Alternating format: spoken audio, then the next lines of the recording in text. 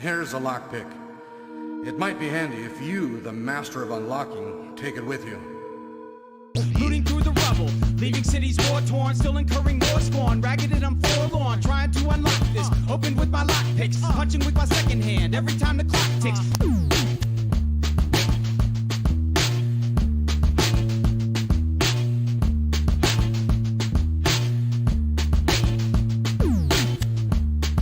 All right, there you go.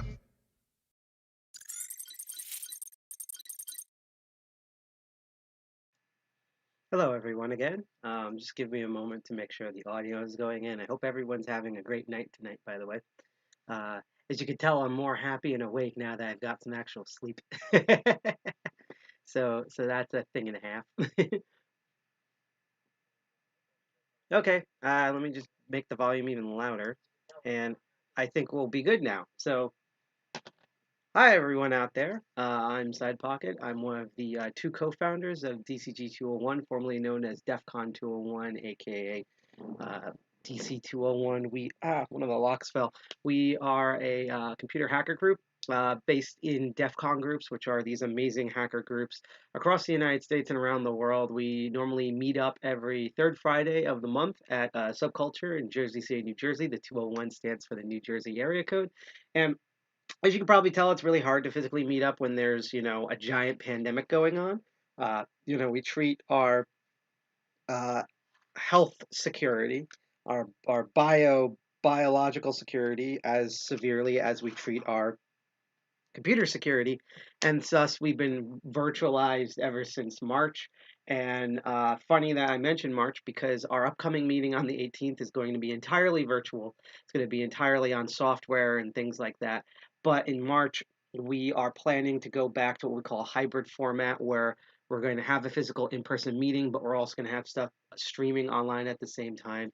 And I forgot to turn off the Tiltify because we're not doing the charity anymore. I'm still happy that we got $308.50. Didn't hit our goal, but hey, hospitals are going to get more money to help sick kids, so I'm pretty happy. But anyhow, so yeah, on the 18th of this month, it's going to be all virtual, but in March, we plan on meeting in person, but streaming some of the stuff, and some things will be exclusive online. There'll be a bunch of things that will be you can only get by physically showing up, and it's going to be our 5-year anniversary. We've been around 5 years next month, and I'm so excited for that. If you want to find out more about who we are and what we do, you can kind of see it in our stream down here by just put the link on in the chat. You can go to dcg201.org or the other ones, dc201.org and defcon201.org still works. If you mistype something, we still want you to go to the website. Also, we are available on so many different platforms. I would say our quote main ones are on Twitter at DEFCON201NJ because the person who owns DEFCON201 still hasn't given us back yet. And DEFCON201 on Instagram, on the hostducks.instance of Mastodon, on GitHub. We should return to TikTok one day. I need to get a phone just for that. Our .onion. There's so many different ways to interact with us and watch us live like on here. And even though our website has a good the core stuff that you should follow, like our meetup page and things, I just post the master link to our social groups right in the chat. Lastly, if you like the show Master of Unlocking, and we'll get into that in a moment, and you are excited for the upcoming February 18th meeting and some of the other stuff we're going to be doing, and you want to have reminders that of when we live stream so you don't miss anything, you can subscribe, follow, and share completely for free on our streaming platforms on Twitch, DLive, and YouTube, which is in that Linktree link. If you do, during our live stream, we get a message update, and I cheer everyone on. I realize I have to resize this window eventually, but I also love if chat's interactive. The more interactive the chat is, the better it is for me because this is as therapeutic for me as it is for you guys learning. But again, if you just want to sit here and learn some stuff, as I always say each episode, keep lurking and keep learning. I don't mind. The last thing I'm going to post in the chat is that we're also streaming on a couple of other things, including Facebook. Now, I apologize if you're still on Facebook. I know what that's like because I'm still on Facebook, but you can chat with us. It's just you literally have to hack Facebook in order to chat with us. So if you are on Facebook and you do want to chat with us, I just posted the link in the chat for you to click on or for you to type into a browser so you can set that up and you can chat with us. So around the meat and potatoes, everything. What is this show? This is one of my two main shows. You're going to see my face a lot in February because we've done a little bit of downsizing and rebuilding. So I'm going to be kind of carrying the entire group for a month. It should be really fun. But this is my show called Master of Unlocking. And quite simply put, this is the live stream show I try to do. The scheduling's been crazy for the past couple of months, but I try to every first and third Sunday of the month. Get on. I talk about locks and lock security and how locks work and what tools you need to pick them open, to bypass them open, and generally get a better understanding of physical security because knowledge is power. It's really fun. And to be honest, it's also just really cool. Now, before we get into what today's episode is and stuff, as I do every Master of Unlocking, there are two rules I go through. I am a member of TOOOL, that's the Open Organization of Lockpickers, TOOOL.us. That's TOOOL with 3 O's. I'm going to type this in chat. And while this is not, TOOOL's not sponsoring me, they're not sponsoring this show. They are, this is not part of TOOOL. I just happen to be a TOOOL member, and I sometimes do instruction there when they call on me, particularly for TOOOL New York and TOOOL New Jersey.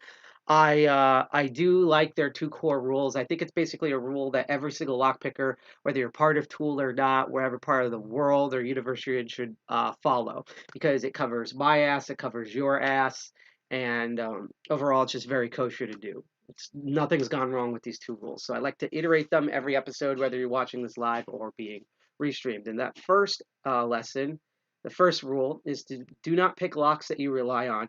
You have no idea how many times, especially in person, when I've done instruction for this, and I've had people go, "Oh, now that I know this, I've watched try this on the front door, my lock on my front door. There's a gym lock that I have that one. Don't try it because one, the more you pick a lock or bypass a lock, the more susceptible it is to that picking and bypassing in the future. Meaning, someone else who has the same skill level as you is now easier for them to get through your stuff. You rely on that lock to secure valuables. Eventually, you will either wear out the lock and break it, break your own tools, or my favorite, break the tools in the lock. So now both the lock-picking tools and bypasses you use, plus the lock itself, are not operational. You need to get a new lock. Or if it's on your front door, you're going to have to replace the lock on that door, or maybe even the entire door, depending what type of lock it is. So do not pick locks that you rely on. Second of all, second rule is do not pick locks. Every time I do Master of Unlocking, my nose just gets full of boogers. I don't know why. I didn't have this problem during MagFest, ironically. Maybe I need to wear a mask during these streams, I don't know. But the second rule is do not pick locks that you don't own. It seems kind of obvious, but especially as an American living in the United States, you tell people not that you shouldn't eat Tide Pods because they're not food. They literally have a giant skull and bone poison label on them, but everyone did due to a TikTok, so we have to say things now like don't touch a hot stove and like don't stick your phallus into a beehive and things like that because we live in that reality. So do not pick locks that you don't own. If you see like a business or someone else's place and they have a lock on something, no matter how stupid that or dumb that lock is, they're probably trying to protect something valuable. By trying to engage with it in the first place, you are technically trespassing. Again, I'm not a lawyer, but this is how people view it. They get very angry. They might become verbally and physically hostile. And you'll have to also explain this to the police if they call it.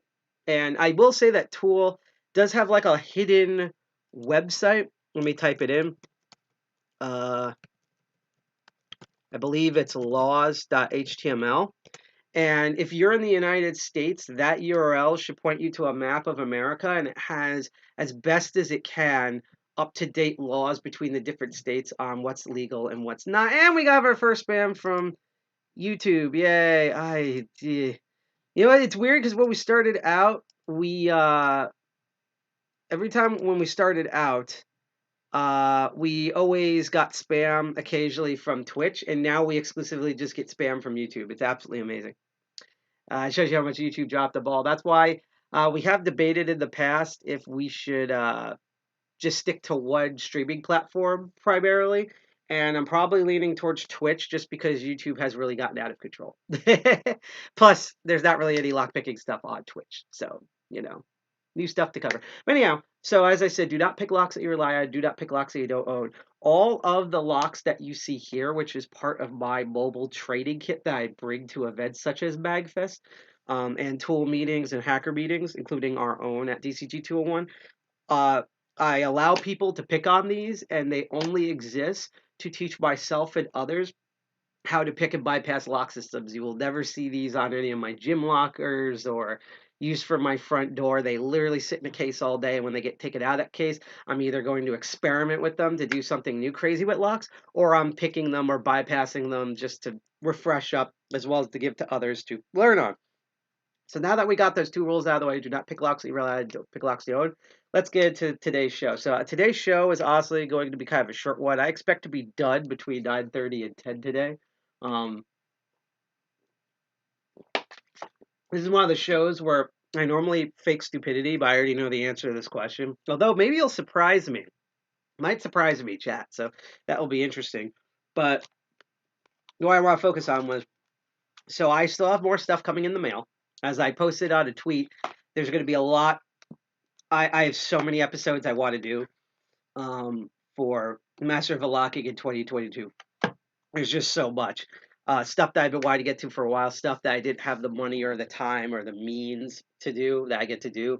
And some of the ones that I could hint about is covering automotive lock wafers, dimple locks. If I can do dimple locks the next episode, if I get those in time, I will. Like, I've been wanting to learn and do dimple locks forever.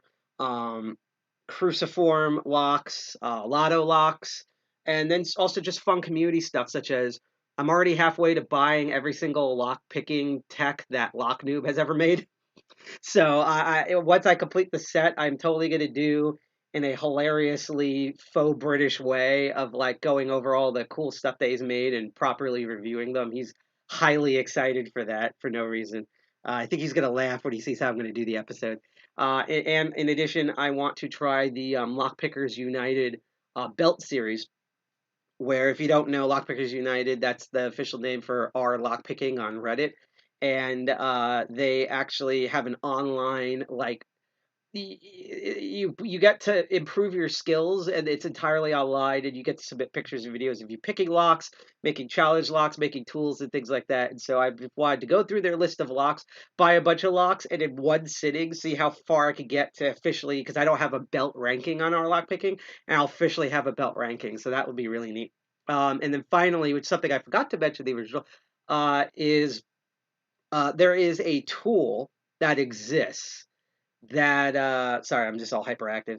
There's a tool that exists for lockpicking a couple of years ago where the original person who created it doesn't sell it anymore. You can't get it anywhere. I haven't looked on eBay yet, but that's not the point. The point is that I want to recreate these tool system that this guy made, this locksmith made, that got famously covered by Bosnian Bill.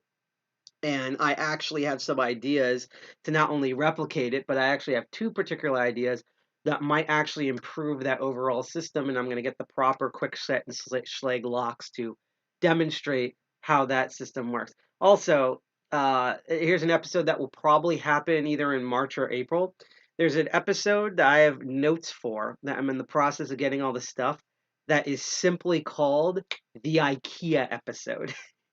And so definitely watch out for that one. That's going to be hoop. Plus, lastly, in the far future, I plan on, I'm trying to apply for PAXIS, and I plan on attending Hackers on Planet Earth and DEF CON 30. And even if the dates don't line up, and whether it's live or pre-recorded, I want to do at least specials, if not normal episodes, about the hacker conferences I go to where I have. It's why I originally wanted to do for PAXIS, originally wanted to do for MagFest that I plan on doing next year, which is to have a live stream where it's just people's hands and everyone's lockpicking on the stream. And you can see me teach other people, you can see other people's progress, things like that. So I'm looking for that in the future, but that's neither here or there. So I have stuff coming in the mail, and I'm wondering, after the MagFest episode, which was awesome, those guys were so much fun to work with. I can't wait to work with them next year. I was like, what should I cover? And I was looking at my work table, and I forgot I had this guy sitting around because I was in Lowe's. Most of my stories, anytime you see a strange lock on this show, sometimes I get them online, but most of the time I'm just walking through Lowe's.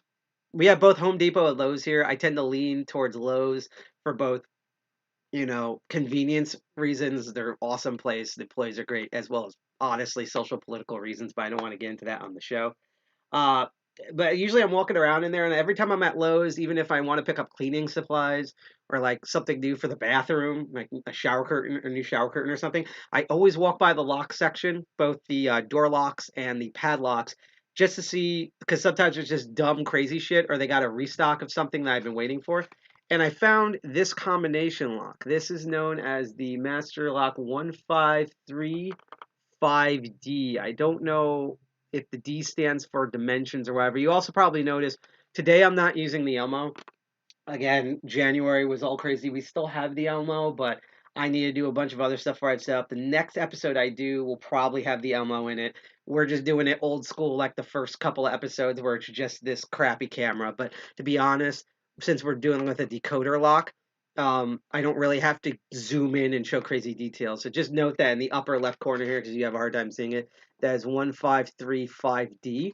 And I was like, this is such a strange setup for a combination lock. It's basically, they try to make a combination lock in a padlock style, but instead of having the gears on the underbelly, it's on the side, like it's some weird, like, time turner thing from Harry Potter. And I thought we would take a look at it, dismantle it. And because it is from the Master Lock Company, I want to compare it to all the other Master Lock combination locks that I have and see if this sucks as much ass as I am perceived to be with my experience with not only master locks but combination master locks. So again, now that we know the two rules of do not pick locks that you rely on and pick locks you don't own, let's do an unboxing of this bad boy and see what's going on. This will also be interesting because I'm back to everything being upside down. So this is the packaging. Once again, I know there's actually I should probably turn the light off for this. Let's see if that makes a difference.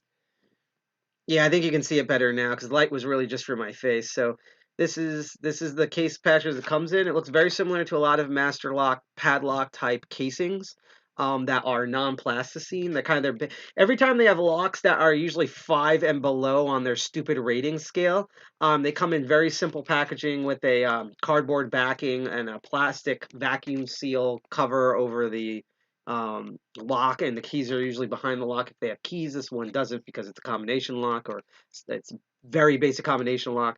Um, Usually once they're 6 and higher, as we've seen on other episodes, they come in these sort of crazy that leather plastic systems. They really try to sell you the idea that these are like tough, like your balls will get bigger if you purchase and use this lock, which I find hilarious because they're usually still stupid easy to break, which is why I did that entire episode. And Lock Noob also did a great episode himself about how stupid this whole 1 through 10 ranking system in it due to its two fundamental flaws. But we're not going to go into that in a second. Just know that is rated a 4, which means, if I remember correctly, that this is the same. I don't have it on me, but this should be the same rating.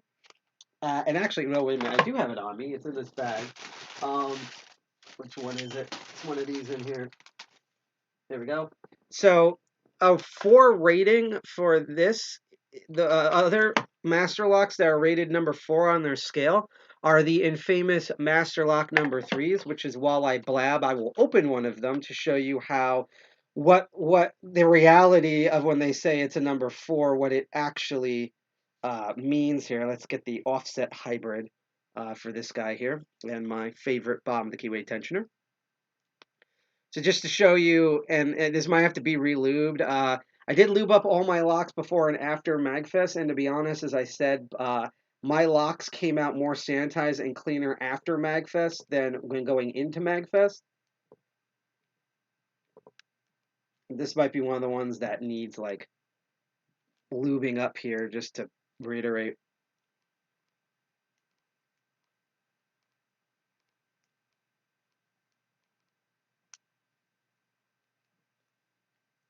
Almost there. Also to note, as you've probably seen in past episodes, I usually can defeat these types of locks pretty easy. And then what will inevitably end up happening is I will try to pick the lock on air. It seems to be something stiff in here, to be honest. I know, haha, that's what she said. Um, and what will end up always happening is that what do you call it? There'll be like a super easy lock like this, and then I try to pick it on camera.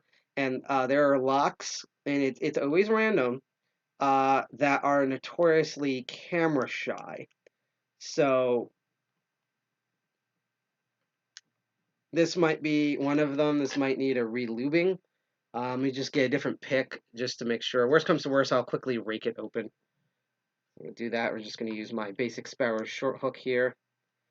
I always hate when the lock sporters and locksmithers always hate when this happens, simply because, you know, we're known as, like, I have a show titled The Master of Unlocking, and then it's like, well, you couldn't pick open the Master Lock number 3 on air, and it's like, but if you look at, there we go. If you look at past episodes, you can see me open locks like this, and it's just, sometimes it's just bad luck, or my hands hurt, or whatever. But yeah, Master Lock number 3s, and I'll rake it open also for a comparison, literally have the, let's see, because it's a smaller keyway, I'm just going to use the snake rake here. Just because usually once it's 4 pins, I try to only use double peaks, and snake rakes are at worst double peaks if I can fit them in. When it's 5 to 6 pins, you use the other rakes because it hits more pins. But yeah, so when it says number 4 on here, this is what they mean by number 4.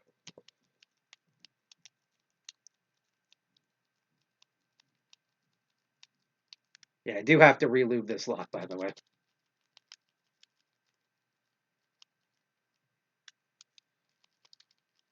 Or maybe I actually have to use a different rake. Yeah, I have to use a different rake. Thought it was an S rake. Guess not. Let's actually try the double peak for this. So I know this seems like I'm struggling right now, but again, my brain is full of fuck, and I have the camera, probably have the camera curse right now.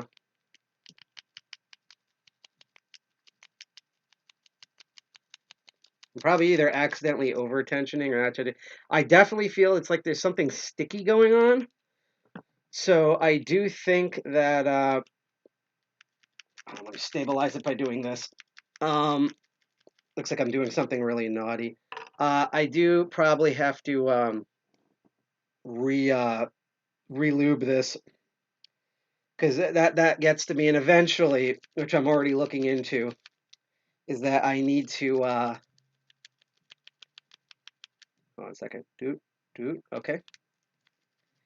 Is that I eventually need to get completely new. Why aren't you raking open for no reason now? I have to eventually get completely new master locks, because I've had these master locks for like 3 or 4 years now, and despite all the maintenance that I've done with these, eventually all your locks, if tip for instructors, eventually all the practice locks in your kit will wear out, and you are going to have to make new ones, especially with how many of these I've abused over the years.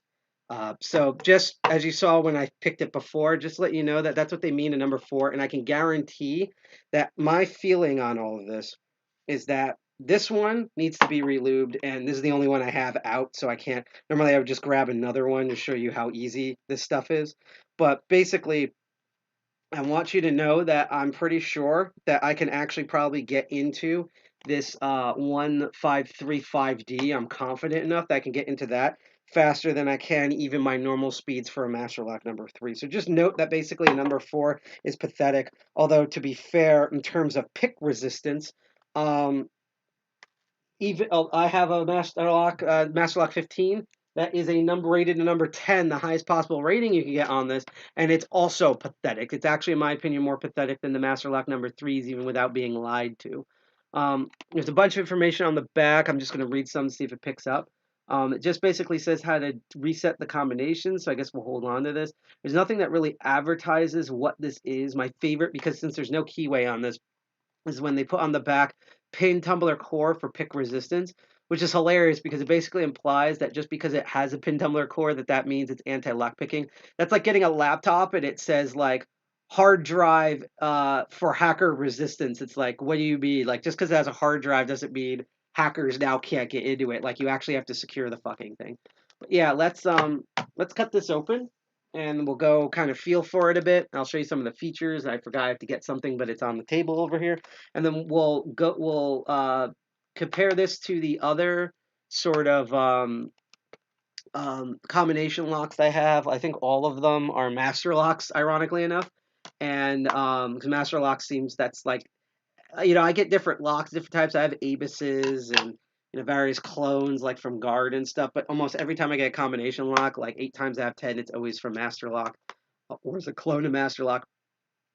And we're going to compare them to the other combination locks that I have, and we will then try the same technique that I think that works on a lot of these other ones that I think will work on this one. I actually realized I think I'm also missing a combination lock, but I think I can, I think it's on also the table. So after I cut this out, after I cut this open and hopefully not destroy the lock in the process, my favorite thing about getting locks, particularly from Master Lock, is when I find out that the lock packaging was way more difficult to get out of than it's usually more difficult to get the lock out of its packaging than to actually pick the lock open.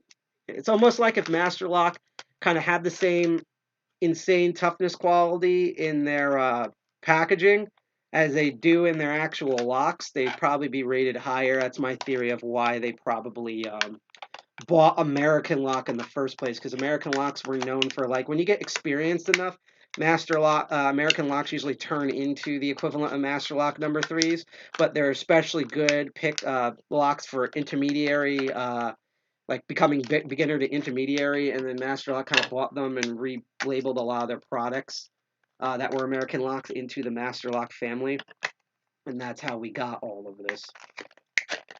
I'm going to try to cut this dome here if I can, because I wanted to see if I could like lift it like that, and then this should come out. There we go. Ooh, it's spinning. It's a little drunk. It's a little wobbly.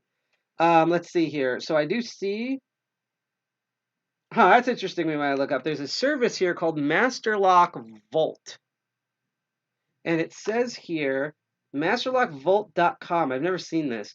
Safely store your combo key numbers or confidential data. This to me sounds like you can use a website of theirs and like have a password and stuff to store all of your key combinations. So that might be a future episode I have to look into, which is like, how can you hack this website and how much would it have to be in order to... I don't recommend hacking masterlockvault.com. I'm not saying that because that's probably illegal and stuff, but it is making me curious about how well the actual website security is. If it thinks... I think it's doing what I think it is. So here it is. I accidentally scratched one of the numbers, but it's still readable. This is the 1535D. And I actually am going to do this right now because I forgot to do this.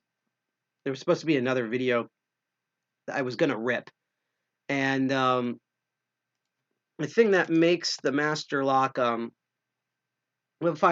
315D is hilarious is a couple of things. First of all, it has 4 combination wheels, and these 2 lines right here is where you have to line up all the numbers in order to and also set it down like that, because now I know it's so incredibly round that it can easily just roll off the table. So that's something I'm going to have to look into.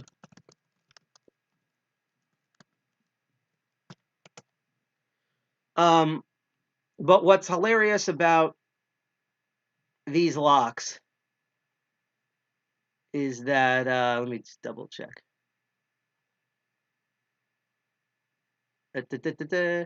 By the way, again, if you like the content that you are seeing right now on this channel, you can hit that bell, like, share, and subscribe on Twitch, DLive, and YouTube. I want to double check here on something.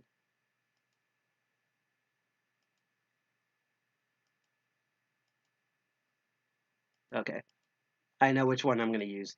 So let's copy link location. We're going to go over to here. I got a different video and I completely forgot to save this video, so I apologize. But yeah, if you do like the content that you see here on this stream, you can hit that bell, like, share, and subscribe to what is going on with the layout here? There we go. Twitch D Live and YouTube.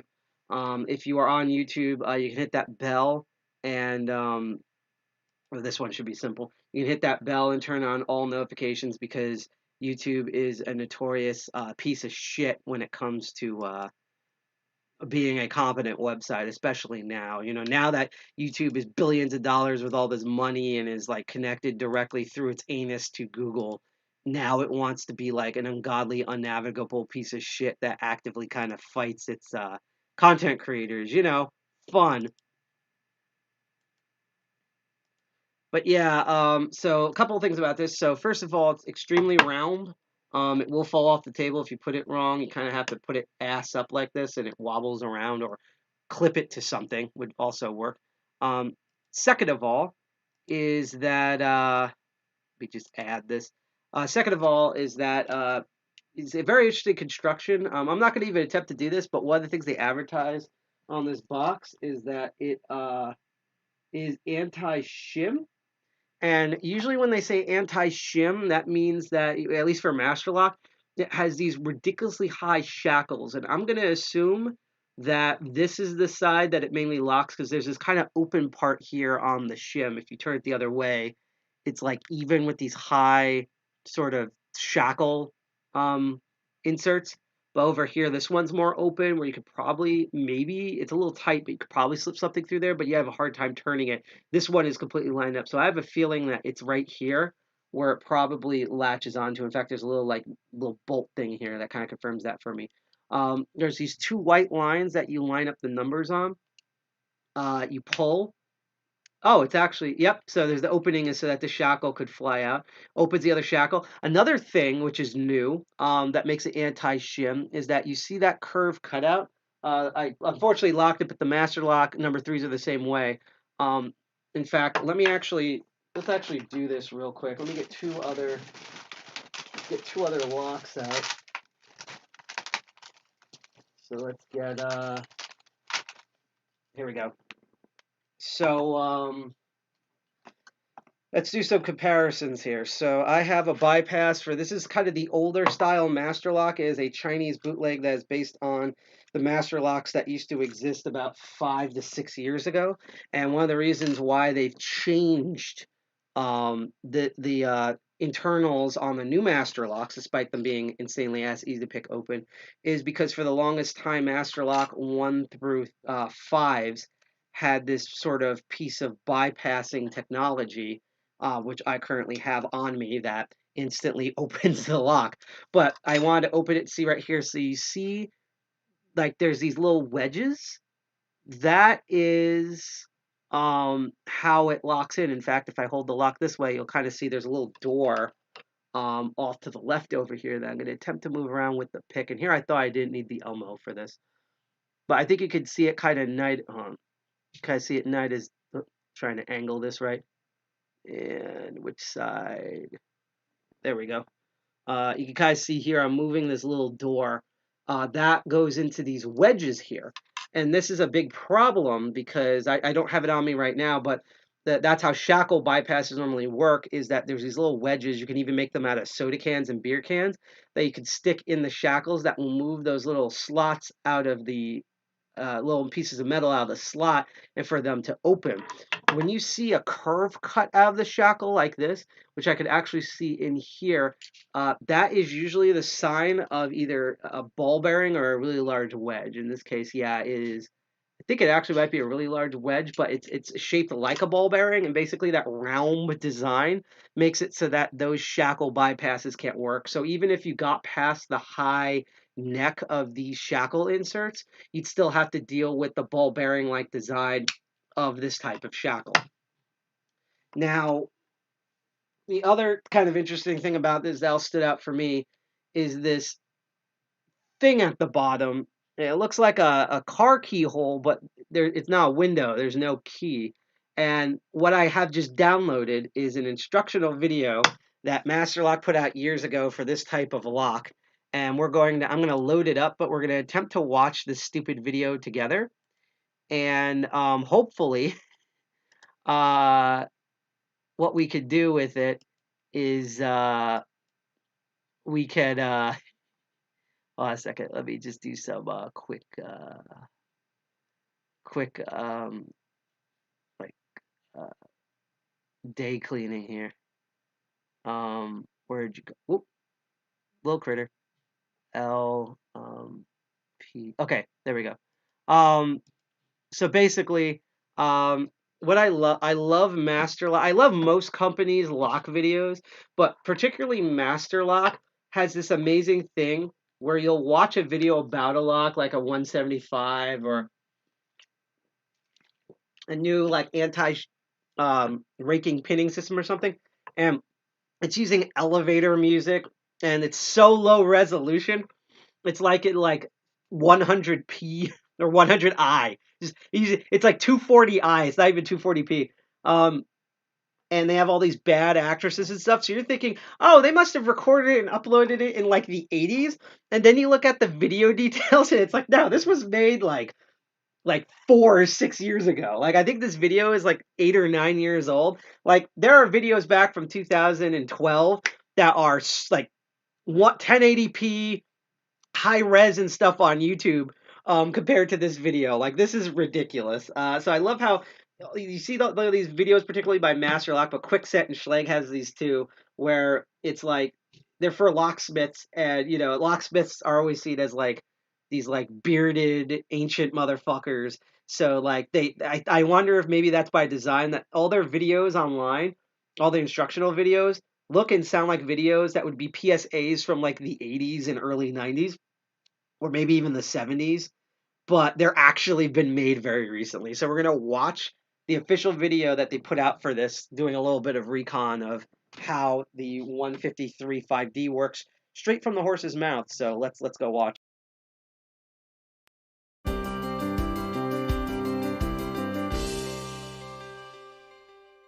This video will explain how to change the combination on the 1535D and 1535DWD set your own combination locks. We'll demonstrate on the 1535DWD model, which features letters on the dials. The 1535DWD is preset to open with the password combination LOCK. To open the lock for the first time, adjust the dials so that LOCK is aligned with the indicators. Then, lift the shackle to open the lock. To set your own combination, begin by choosing a new 4-letter combination, or select one of the suggestions included in the package. As an example, we'll choose PLAY. Locate the slot on the bottom of the lock. With the lock open, place a coin in the slot and turn it in the direction of the arrow. Keep turning until the circle at the end of the slot is lined up with the circle next to the arrow. Adjust the dials so your new combination, PLAY, aligns with the indicators on the lock body. Once your new combination is aligned, turn the slot on the bottom of the lock back to its original position. Close the shackle to finish the process.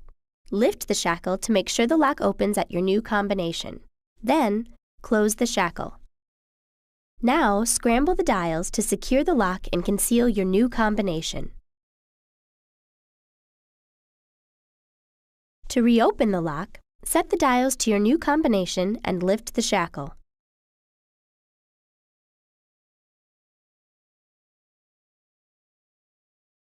Don't forget to store your new combination at masterlockvault.com. Masterlock. Tough under fire. I always love that tough under fire moniker just because it's like, you know, often when you see padlocks in movies, they're being shot at with guns and stuff like that. But I've always been highly curious about, like and actually, let me just test something real quick. Okay, let me readjust this as I go through stuff because this is a video we're going to be watching later. because I don't know who is shooting master locks or who's setting them on fire and stuff like that. It might be fairly common, I don't know. But I just find it absolutely mind-bogglingly. There's Deviant Olem. We're going to find out what he's going to be talking about in a bit. I always just find it hilarious that they're always like, it's tough under fire when like most of the time when people are probably going to get through these if they know what they're doing. It's because they are going after, if they go after the core, they can do it really quickly and it'll be really sad. I'm just stretching Deviant's face here. For those of you who don't know, Deviant Olem is the probably president. I don't know what president, CEO. He is the head honcho man of the open organizational lockpickers tool. And I wouldn't call him my friend, but I have hung out and met with him a couple of times. He's a really awesome person in real life. I'm not just saying that for lip service, not because I'm a member. I kind of knew him and interacted with him a long time before I joined Tool, so that's a whole thing. So what did we learn from that video? Well, first of all, we learned that this whole key slot, this looks like a car key slot at the bottom, is actually the way you reset the lock. So there's a default which comes out of the packaging where you can just open the lock. And instead of what most master locks do, where they you move the shackle to a certain position and you re-scramble the wheels, with this you stick a coin in, move it so that that inner circle is lined up with the outer circle, move the wheels to your new combo, and then move it, I think, back and then slap it into place. I'm actually going to look at the instructions again just to make sure that yeah, see, new combination, close the shackle, let's see, place the coin, lock, okay. Yes, that's what you do. So that's what that whole slot is, which we will make use of later on today. The second thing is that, like with most of master lock combination locks, as the new instant reward pops up here. And actually, let me just move the Master of Unlocking logo to a spot where you can better see the logo here. Like probably over here would be nice. Shrink it down a little bit. There we go. And let's actually move it to the center. That works. Okay. So that, like with most master lock combination locks, the one that we have is simply numbers. It's 0 through 9. But there is what's called a word variant, which I actually have one of these here. That, see, is what I mean about the rolly stuff that we're going to look into in a moment, where instead of numbers, it's using, I think this one also has some numbers too, but it's using the entire alphabet here. And, the idea with this is that 0 through 9, you get a lot of combinations from that. I don't know the exact mathematical number, but you have a ton of combinations. The idea is that by using the alphabet, you've gone from 10 different numbers on 4 different wheels. This one has 5 wheels, but even if I have 4 wheels, you're now doing what I think is the 26 letters of the alphabet. So you have a lot more there's more combinations that can be done. There's also a game theory. No, I hate that show.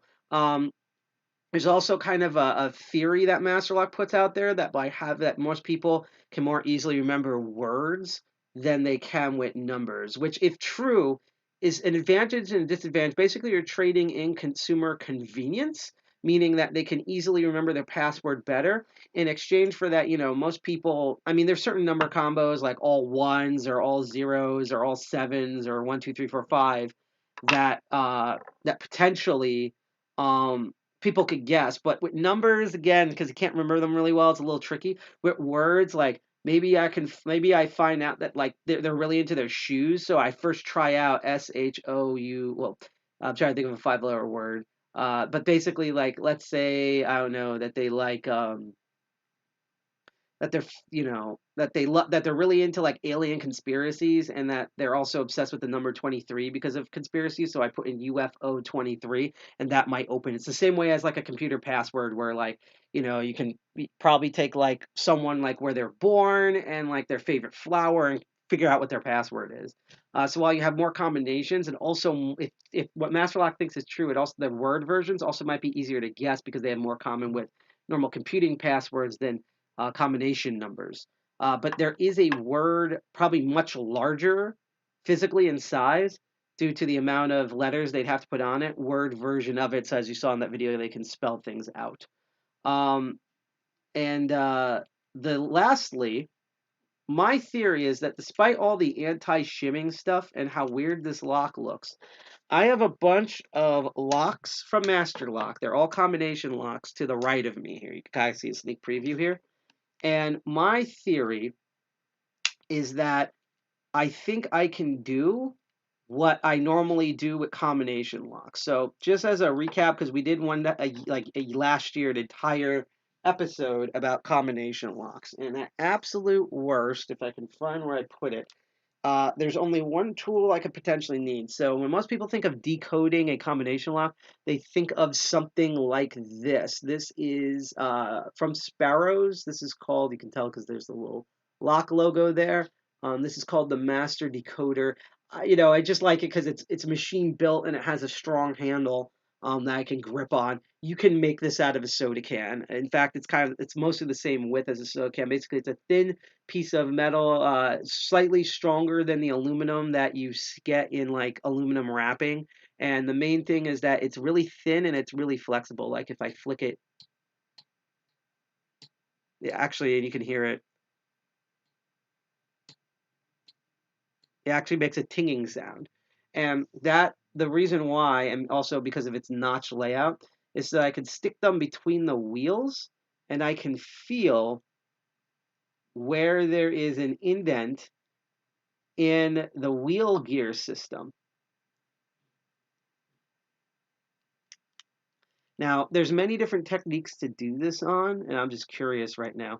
What I would normally do, although now it's resisting me for some reason, there we go, is I actually point the flat tip up at an angle to see if there's dipping points and where it can catch on, because it's similar to like a gap in a table where if you pull the point towards you, you might accidentally have enough kinetic force to skip over the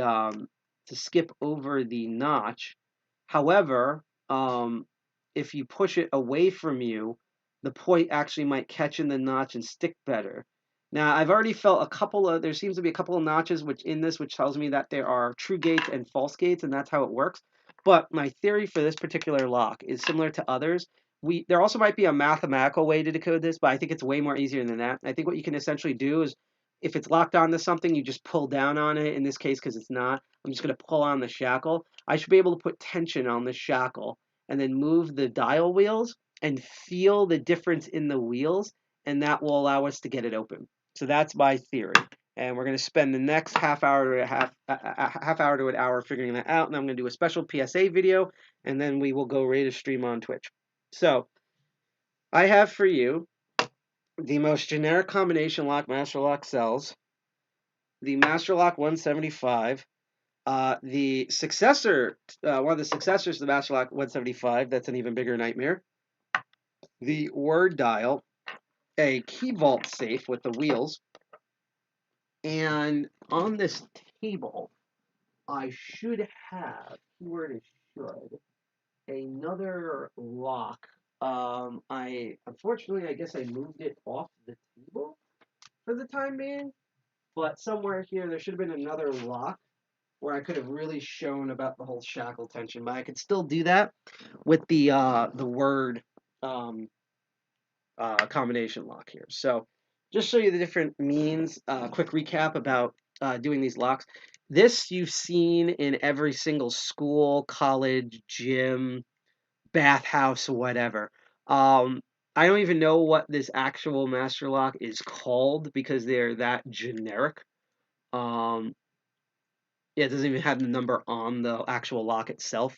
I just call this like the classic school lock. This one came in an odd pink color, and I have nothing pink in the kit, so I bought it. So that way, I glance my eyes and I see something in metallic pink. I know it's this combination lock before I realize it's a combination lock. So when I'm like, oh, I need to show the lock decoding pink, and like that's how I do it. It's the same thing with my Abus. It's bright orange. I have nothing else orange in that kit, so I'm like Abus orange, and I go get it. But what I want to show here is that it's going to be the same principle with most of these, where you pull on the shackle and you feel for the different you feel for the different dips. Now, I'm not going to go into, and this is where the big dip is, going through this because we already did an episode about combination numbers. So 2, 3, I am not going to bore you all with how I decode these type of locks because I already did so. I just want to show you, and normally I'd speed run this, but I just want to show you, okay, how you decode this with just both tension feel on the shackle, which is what we're going to try to do for this 135, this 153 5D. And so the combo should be 1539, and then we're going to do our 1, 2, 3, 4 pullback, and then since that didn't open, 1, 2, 1, 2, 1, 2, and we got an open. So this is using both the feel for the shackle to get the numbers as well as just knowing the technique. There's also mathematical ways you can figure this out as well, but those tend to be slower and better used by like dialing machines, which you can actually make with the Raspberry Pi and motors at home. But that's how you decode the super basic lock like this. Now, the hilarious thing about this master lock is that this is the famous 175. Now, this particular model is a newer model. It's the 175D. And normally, you would use the famous bypass on this. However, I had one of my mentors, Night Owl, inspect this lock. And basically, this is, I think, a defective one. One of the wheels seems to be, because you could feel it with the decoder, seems to be too large for... it seems the wheel seems to be too large for the decoder to pick up on, and so I can't do. So this actually is one of the few Master Lock 175s that is like nearly like unbypassable because I actually I got this specifically to do the bypass and to show to also just have a classic 175 only for a manufacturing error to thwart that idea. So I'm not going to decode it here, but I just want to explain the reason why I'm not going to open it the classic shim way is because there's an actual defect on this. And it's always hilarious because I've had this happen to another master lock as well when a defect actually improves the lock security. But this is one of its successors. Now, there's a direct successor to this that eliminates the bypass problem that I'm going to show on this one because this is literally, this gut internals, besides the key lock, is exactly the same on this master lock. However, what's hilarious about this is that they made a newer version, the 800 series combination locks, that the entire inner part is metal, so you can't insert the decoder tool to bypass it, and it's harder to decode because it has false gates. However, they made the mistake of putting every number being a false gate, which means there's one true gate. So you just pull on the shackle and you feel for the super loose gate, and that's the true gate. And you line them all up and it opens. I don't have it with me right now, sadly, but you're going to kind of get the idea when we get to this word lock in a moment. So now there's multiple ways I can get in here. I can do the same sort of technique of sticking the decoder in the wheel and using my thumbnail and feeling that wheel for a notch in the movement here.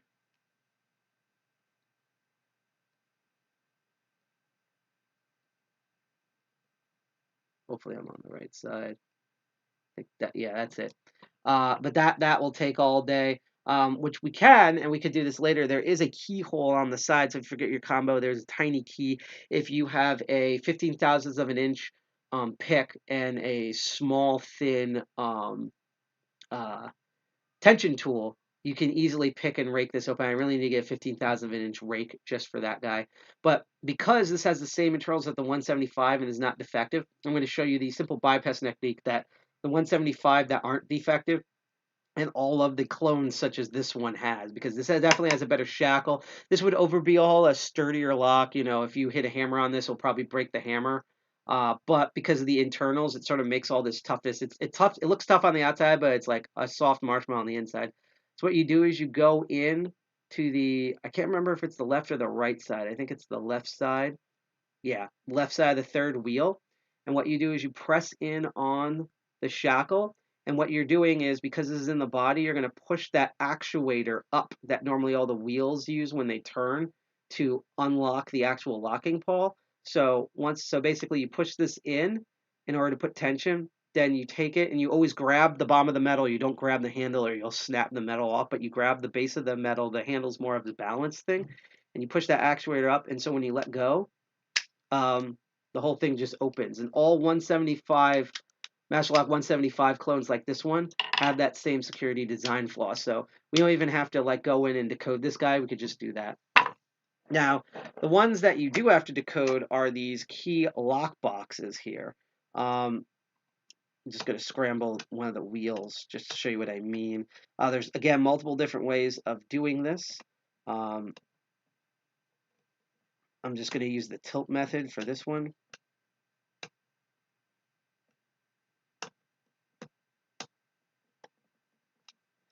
Okay, I'm just trying to see which way here. I think it's actually like that.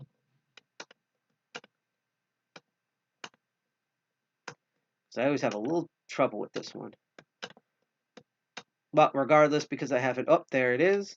That's the feeling for it. And I do know, because I already know the combination, that it's 2 wheels down. And when you fully decode this, it should just open up. And just like in real life, wow, it's fucking nothing on the inside. But I just wanted to show you like how you would decode. And then, of course, there's the ones where, kind of like with the OG Master Lock, we've gone around full circle. You don't even need the tool. What you would do with this is you would just put medium to sometimes tight tension on the shackle. In this case, this is medium. And you would feel each of the wheels. Yeah, that one's loose. And what you're trying to do is either all the wheels are loose and you're trying to feel which ones are tight, or in this case, you're trying to feel everyone is tight and you're trying to feel which one is loose. And honestly, the only reason why this word one is hard to, it's like more difficult to do, is because of its weird shape. It would actually be better if it was locked onto something and I could pull directly down. But I can still feel for it. Everything's still tight. This one's super loose. And so this is my theory. So just like this one, but with less steps, I believe that the Master Lock 153 5D is going to be exactly similar to this word lock, even though it only has numbers, in which I think that basically, wordo, that what we're going to do is we're going to put tension on that shackle, and we're going to feel for, you have to go this way because this number prevents it, that we do it opening, except instead of it being vertical here, we're going to be doing it horizontally. So the first thing we're going to do is, well, first of all, we're going to clear this table off. And I just want to remind again, because we're nearly done with the episode, believe it or not, I told you it would be 9:30, that if you like what you see and you want reminders for when I go live next time, that you can hit like, share, subscribe on Twitch, DLive, and or YouTube. If you're on YouTube, make sure you hit that bell and turn all notifications on, because YouTube is a massively piece of shit in terms of coding. And so they did just turn on all notifications on default. They like to annoy their customers. Kind of what the analyst said in that not so great Fourth Matrix movie. It's like the more, they abuse people, the more productiveness they get out of it. And just give me a moment. I am trying to find a coin. I believe this is what will work. Classic Susan B. We always need help from a woman. Man can't do everything by himself. Same thing with a woman. That's impossible. As the Oracle said, to use another matrix metaphor, the only way to get to the future is together. So what we're going to do is you insert this coin, in his case Susan B. Anthony. Actually, first of all, I have to pull the shackle out. And while it is out, I then take the coin and we're going to turn this to the circle position. And what I'm going to do to make sure to test this theory, besides not having it fall off the table, is I'm going to grab an empty bag here. And this is like a magic trick. I'm actually going to tilt the camera up a little bit just for this one. I'm going to stick my hands in the bag so I can't see it. Now, you could probably argue that I could feel the indents, but trust me, I'm not going to even know this. And I'm just going to just randomly scramble, if I can do it. Wait a minute. Okay, I have it lined up. There we go. I'm going to scramble these wheels so that I have no idea. Well, it's a little stiff. That's what she said. I'm sure she likes it that way. Or he. I mean, it could be either gender. I just use she by default for a lot of locks for no reason. I mean, it's kind of important. There's already enough dumb masculine energy everywhere. So, just trying to find variety here. If I was a lady, I'd probably also refer to every lock as a she. Or nearly every lock as a she. I'm always worried that one day I'm going to misgender a lock. That would be impressive and sad on my end. But I'm just going to scramble these wheels, so I literally have no idea. You can kind of hear it. What these combinations are going to be, right? So whatever the hell that is, that I just did is the new combo. And then let me just check the packaging again.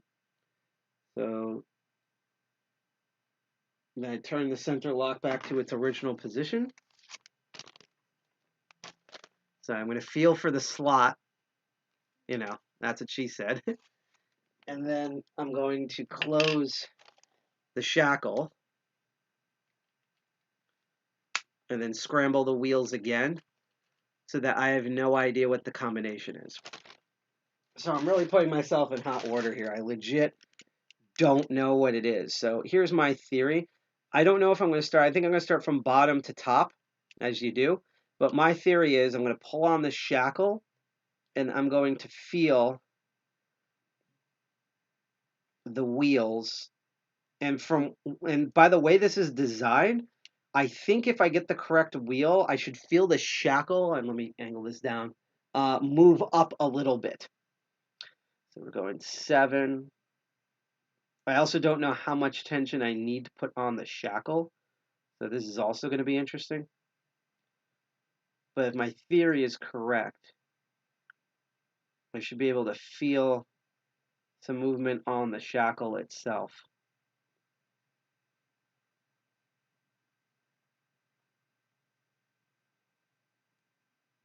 I also hope I don't have like a defective model or something like that.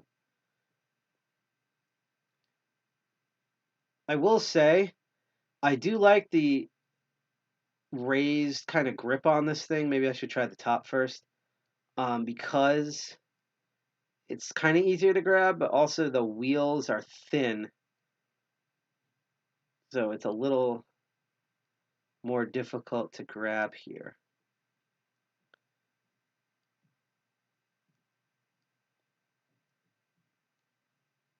See, I just thought because that you pull out, it's bottom to the top. Worst comes to worst, we will actually use the decoding tool. And to be honest, I probably should have locked this on a different lock and pulled it, because the problem I'm having with this right now is that the shackle is so incredibly thin. It reminds me of the 140s where the shackle's so incredibly thin that it's actually difficult and hurts my hands. Oop, I think I felt a feel for this, so let's go to the next wheel. It's actually causing strain on my hands to move forward on this.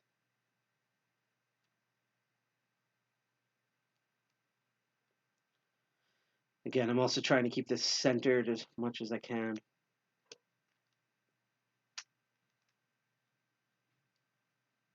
See, this is the bulk of the episode right now. And again, one of my big problems is hand cramps. So I think I have one wheel set. So I'm going to take a quick break here. There's not going to be, I'm not going to do music or anything. What I am going to do is grab this guy, which I really need to go back to because I haven't done these in a while, as my grip master. You can either get one of these or one of those like smoosh ball things you have work to reduce stress. But in this case, what you're doing is, the grip master will actually work out your fingers. This is a medium tension one that GI Jack gave me that I still have because he has higher tension ones that I'm going to buy later because I really do like this product. I hope you can still get these. But what you're doing is, even though I'm kind of training my hands a bit here, I'm also just like relieving the stress and the tension because I'm guaranteed that every single locksmith probably once they enter old age probably has like major ass arthritis problems. So that's a whole thing right there. All right, so I think there's 3. I'm trying to find this other number, and these middle wheels are harder to do because I'm trying not to move the original wheel.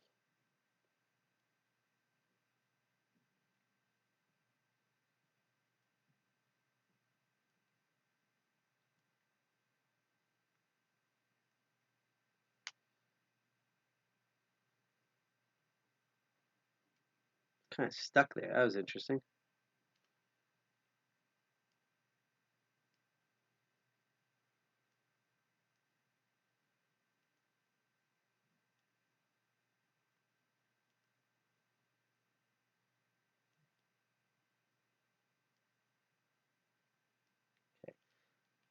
I still don't know exactly what sort of tension you should put on this.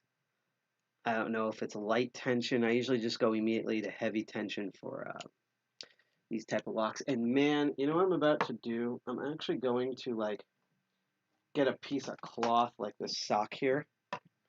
I'm actually going to try to run this through the shackle and pull on it just to make it a lot more easier for pulling. There we go. That will relieve a lot of stress from my hands.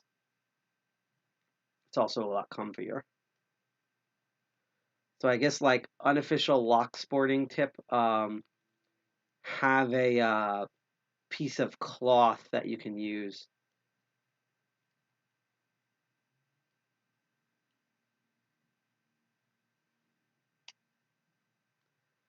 See, it kind of gets stuck there. So I actually wonder if that's the number.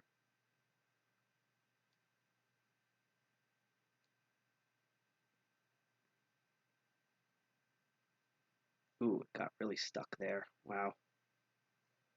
Huh. Ooh, that was a lot.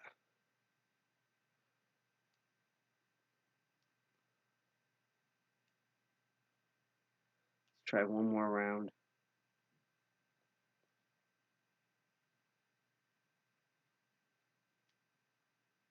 Yeah, I think that might be it. So I'm going to try this other wheel, and if not, we can just start adjusting numbers.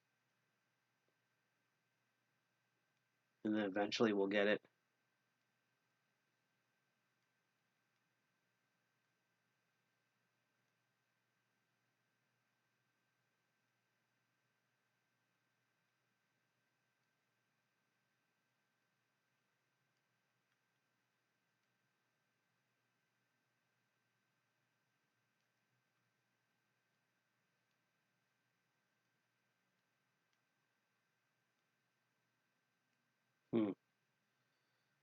I'm going to go for my guess, which is between 7 and 8.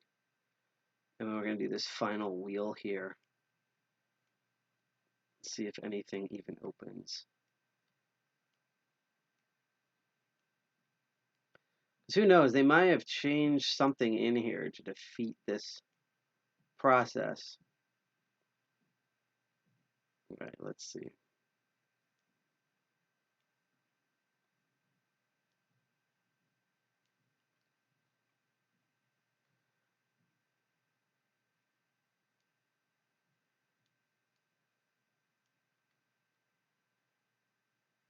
Because if my theory's correct, the shackle should move up a bit when I get to the right number. I'm kind of not feeling any. Let me try. I'll remember 3, but let's try this bottom row again. I also might just be doing this in the wrong order too. Might be top to bottom instead of bottom to top. Ooh, that was meaty.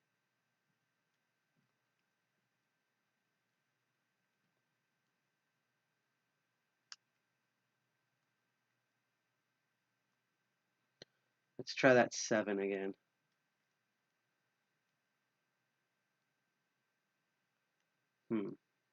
Getting a hard time feeling for this. Maybe I need to put less tension. Hope I don't have to put more tension. That would really suck. And actually, this lip design is making this pretty difficult.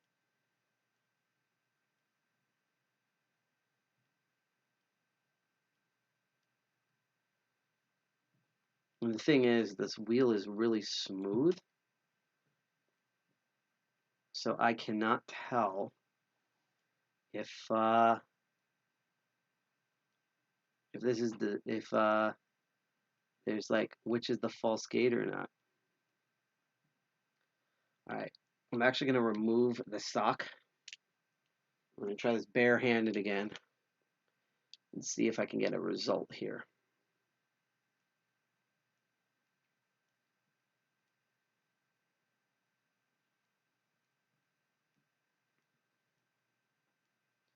And again, I might be doing this wrong, so let's try that top wheel.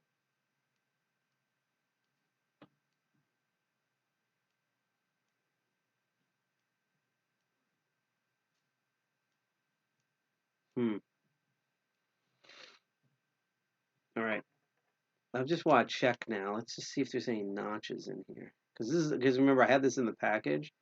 This is like the first time I'm ever dealing with this type of lock. I feel an indent in there.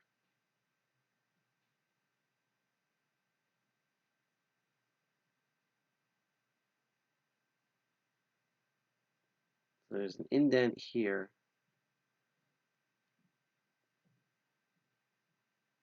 And there's an indent over here. Now let me just feel if there's something similar. Yeah, because that's just mechanisms on the other side.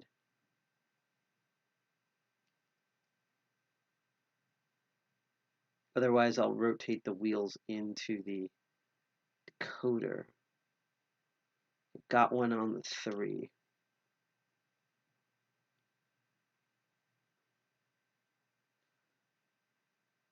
Got one on the 3, and I got one near 0. But the number 3 seems to line up dead center with the number. So that might be the actual number there. Wait a minute. So hold on, let me try that again. Because I've actually was looking at the wrong row of wheels because I'm dumb. Let me get this in there and not break the tool. Okay, come on, wedge. There we go. Been looking at the upper row of numbers. So again, I have one here on that 3. And there is a small one on the 0. It really does seem like that. Oh, now I'm getting one. Let's try. Actually, let's try going the other way. Let's try moving up and see if we've hit anything. Because that would cause more of a snag in theory. So I definitely got one here.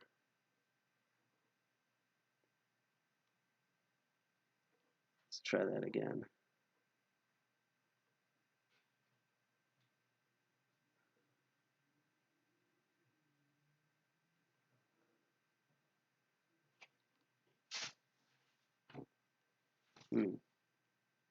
Having a hard time telling, to be honest.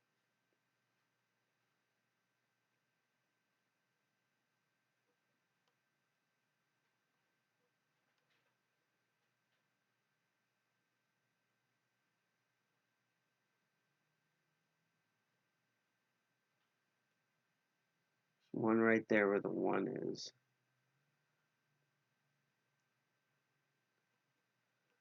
So I think that is the first number there. So I'm going to move that 1 over to the slot.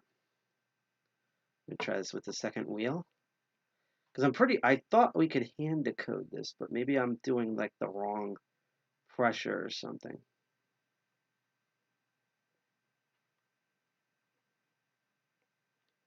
Ooh, that fell in there with that 6. So let's just keep going around the wheel. Just to double confirm. And again, Chad, if you're wondering what I'm doing and why I'm doing this, I didn't feel it that time. Let's keep going. Again, you can always ask me in chat. I always love a lively chat. It's believe it or not, if you ask most streamers, the most difficult thing for them to do when all of their equipment is running and they're actually streaming is to talk by themselves. That's like an art form in of itself that I've had to master over time. So there's like, it seems like there's kind of 1 on the 6, and then there's like 1 on the 3. So I'm feeling and looking for if this falls down into a crevice. And it's making it a little tricky because you have these higher numbers here that are throwing off my feeling for the line. So I think that 6 might be it, but I'm just going to still go around because it should fall in like the way this number 1 did.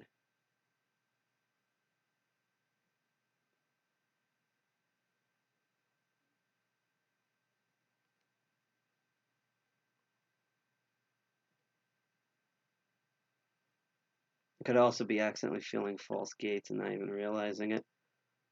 I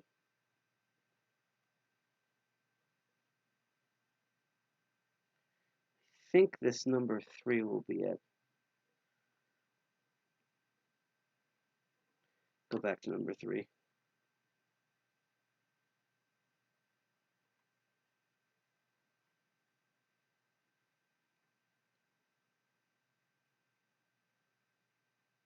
Now I don't feel it anymore.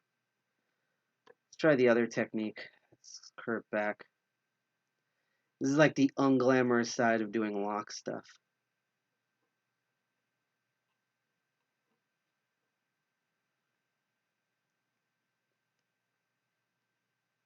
That number 3 again. So I'm just going to assume that the next number is a 3.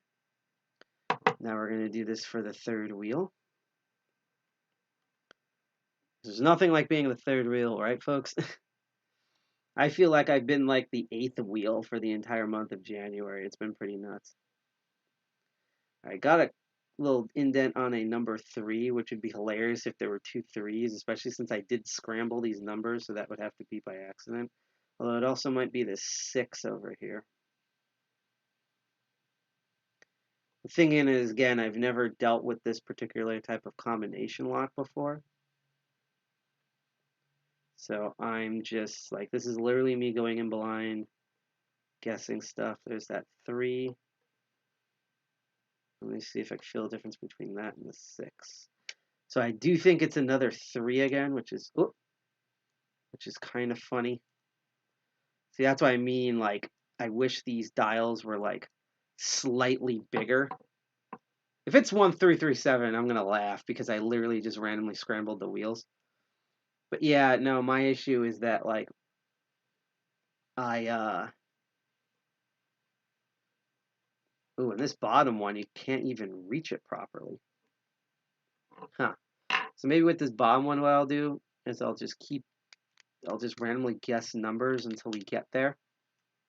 And if not, then what we'll do is we'll take a short break. And I'm going to go look up my notes and see if there's anything else we could do for this one. Otherwise, I will be temporarily defeated by now, and I will go and test this. I will air the PSA, and then we'll go raid someone. Because again, I plan this to being a short episode anyhow. All right, so I honestly do not know what's going on here. So what we're going to do is we're going to take a quick music break. I'm going to go look at my notes real quick, see if there's anything else I'm going to do. If not, this will be our episode, and that will be our PSA and stuff. So we're not done with this one yet, so just hang tight. Enjoy the music for about like 3 to 5 minutes. Here we go.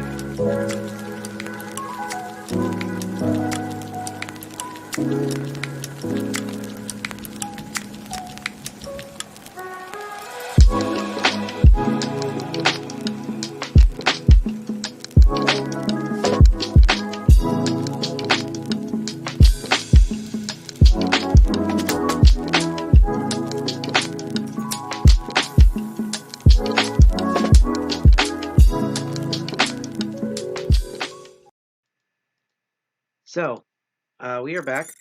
So what I'm going to do is, before I show the PSA video, I'm going to give a college try.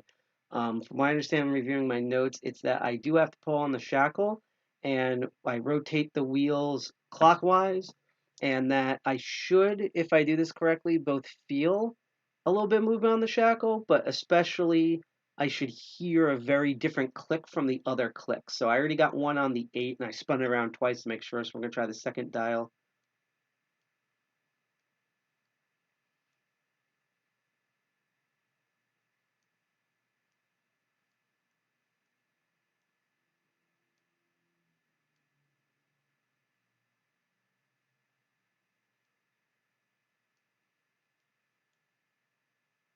I think the next one's 7. We're just going to keep doing this a couple of times and try to do this. Handbrake, yeah. Well, it's not, in addition for being on brake with my hands, um, I also had to stop because I thought that was some volume control. I thought I had the technique and I didn't, so I wanted to make sure I wasn't missing anything. And I was kind of doing it the right way, I just wasn't factoring the sound. And it's really hard to tension this because of how small the shackle is and the weird shape at the top. This is the Master Lock 153 5D, so this is the non-word one. All the word ones have WD at the end for word, like if you take the O and the R out. So let's see. This is the hardest wheel for me to turn.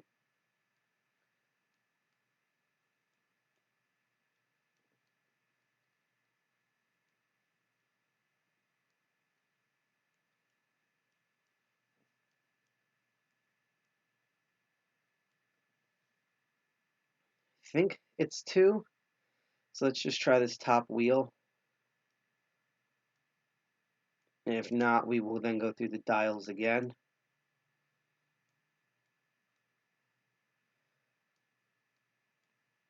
Oh, shit.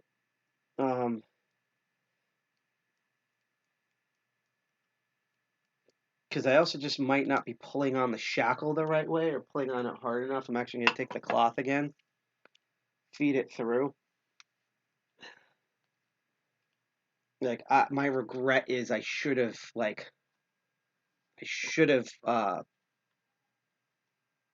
put this, locked it on something else before I did anything.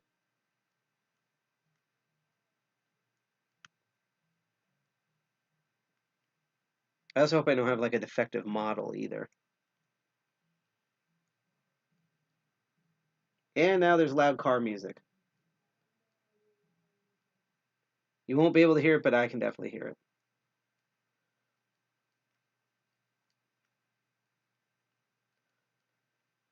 Oh, I'm sorry. You're supposed to turn it forward. That's probably why I'm fucking up.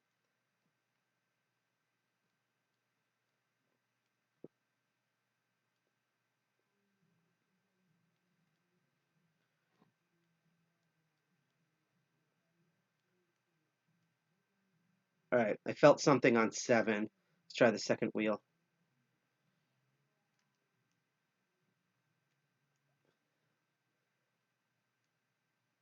It's just also kind of weird because my fingers are really tiny. So, like, you'd think this would be easier for me to dial, but it's like it's even too small for my fingers. I cannot even imagine what someone with fat fingers would be like trying to dial this. They'd probably go insane. Okay, we have another 7, I think, but let's spin that around again.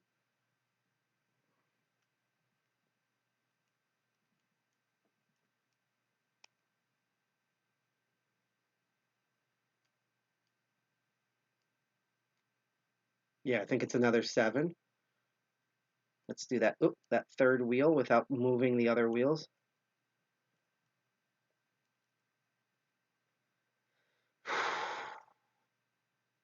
Hurting my hands.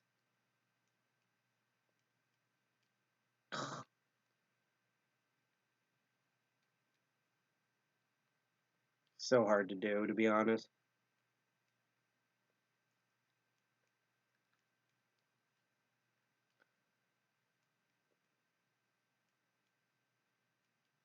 See what's odd, this one I don't have any feeling for, and I'm gonna relax my hands again.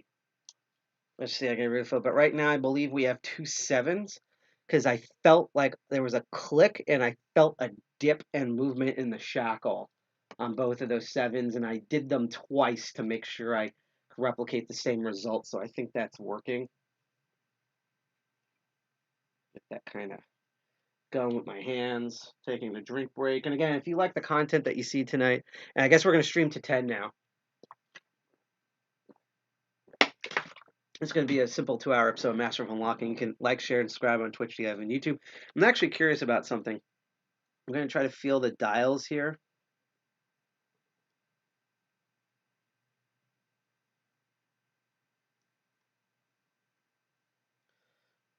So I don't think there's anything going on with the outside of the dials. I think it has to deal with the mechanism itself. Although I did feel something odd here. Is it the same over here? No.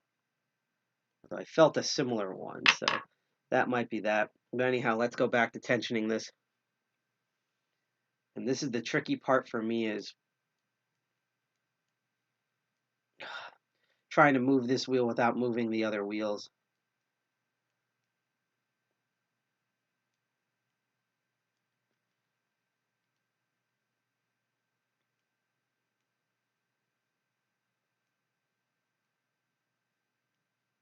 I think there might be something on the 3 and the 4. Been hilarious if it was all 7s.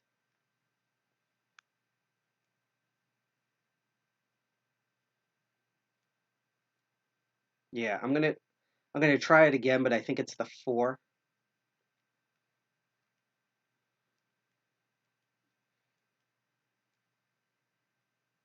Okay, and now we're gonna do this top wheel, which, to be honest, we should just be able to pull on the shackle and it should open at one point. If not, I'm just gonna keep rotating the wheels once over until it finally opens.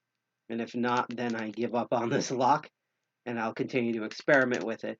And it's important, in my opinion, to show people that even with someone who has experience like me, we all have our bad days. When you're introduced to an entirely new lock system, sometimes it's like, what the fuck, I think this one's kind of hopeless because regardless, I didn't see the number when I took it out. So I still have to sit down and properly decode this. And I think none of the numbers are working. So I'm actually going to start from the bottom again. So it should be 774 going bottom up, but let's feel for it again. Because this whole shape, if there's anything that's like defeating my hands, it's the fact that this shackle is really tiny, so it's really hard to like pull down and move the wheels at the same time without cramping your hands. Oh, I felt one on 3 kind of. And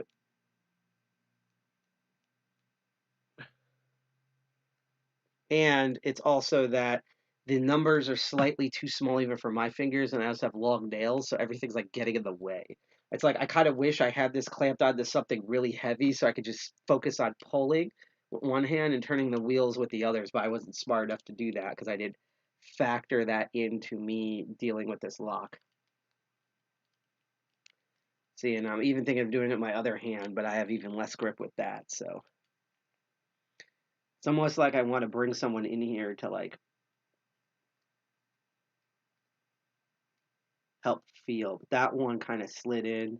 7 should do the same thing. And it might be the right numbers, but like on different, the white wheel sets, but on different wheels. I felt that one with the 1 there.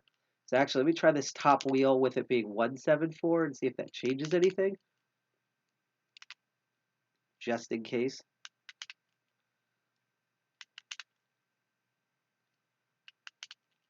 But we're definitely going to stream until 10. Because I'm going to need a break. I also have work tomorrow, so I wake up at like 6:30 in the morning minimum to get to work on time, so that's a whole thing. Pretty nuts. Okay, so none of that worked. But I'm still going to pull and feel for it. So I definitely feel that the bottom one is 7. I don't know why it also sticks like this. Is it because I'm putting too much tension? I don't know. Let's try, okay, I just want to move 1 over just so I can start turning it. Yeah. I didn't hear a click on the 7 for that one. Listen. Okay, I kind of did there. Also semi-locks in the wheels, so that's interesting.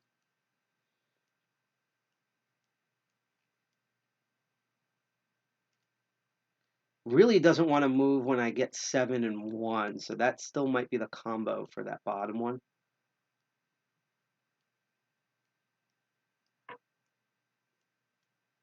Although it seems to still click on that 7. It might be the middle wheel that's messing up here. Oh, that misaligned.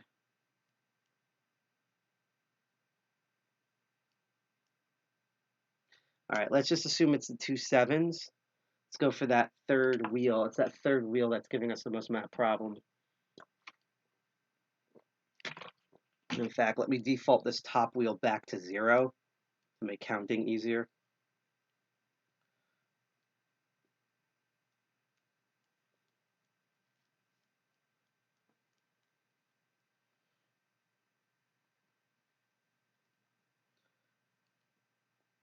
It might be the 0 instead. I also might just have to kind of get a number and rotate everything around until something clicks.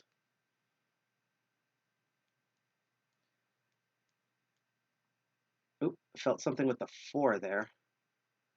I think it'd also be interesting if it's like, I wish I could rotate my wrist like 360 degrees in order to do a completely smooth dial.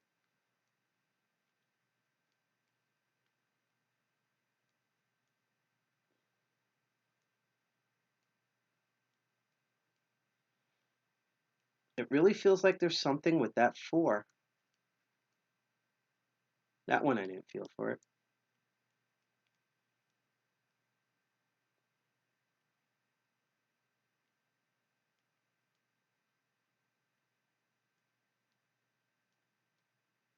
Yeah, I feel something with that 4.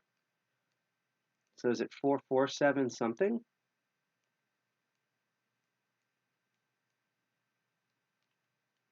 I doubt it because it's not opening.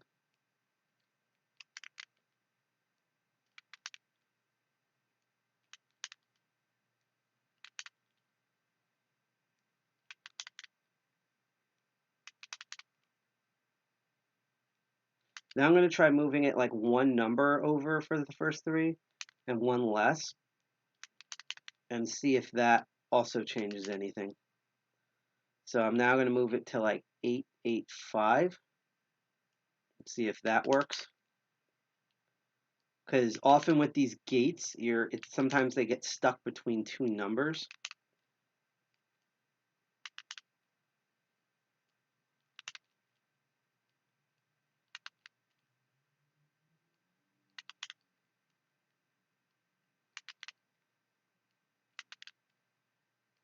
So nope.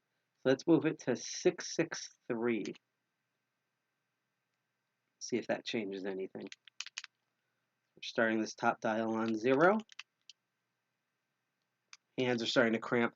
I will say that even though it's 9:49, I might take another 3 to 5 minute music break. Quickly look it up. Look at my notes again just to make sure I'm not forgetting anything. And then we'll end the episode. And thank you for everyone who's currently watching right now. And if you're watching, whether it's live or pre-recorded, I very much appreciate this.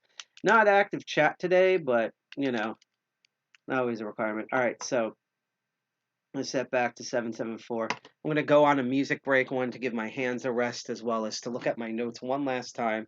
So enjoy the music for a little bit, and then whether I open this lock or not in the next 10 minutes, we'll end it there, and then I'll show the PSA that really needs to be shown about Tool. It's kind of old news, but I just want to reiterate it out there. And then everyone's been staring at my crotch all day. And then we'll end the episode. If you're on Twitch, we'll go raid someone. So enjoy the music. This is our last break of tonight.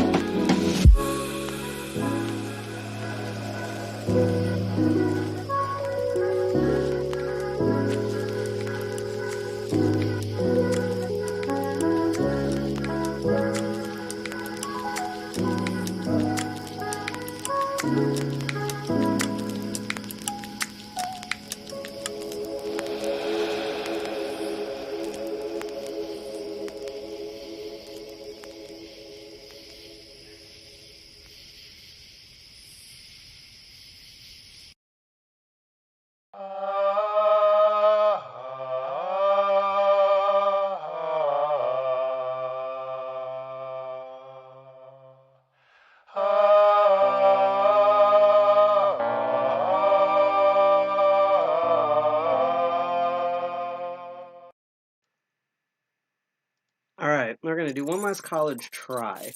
And what I forgot in my notes is that similar to the Master Lock 800 series, when I rotate this around, not only should it fall into a slot, but it should be like more difficult to move in both directions.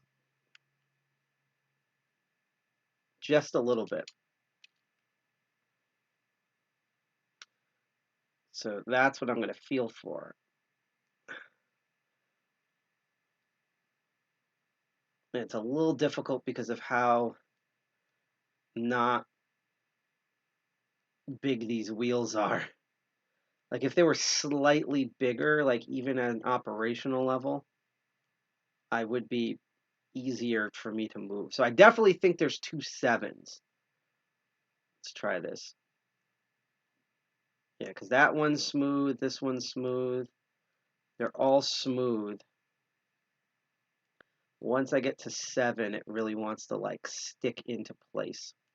So it's this third wheel. It's like dating. It's always a third wheel that spoils it for the other two. I'm having problems with, but now with this knowledge, we might be able to decode this.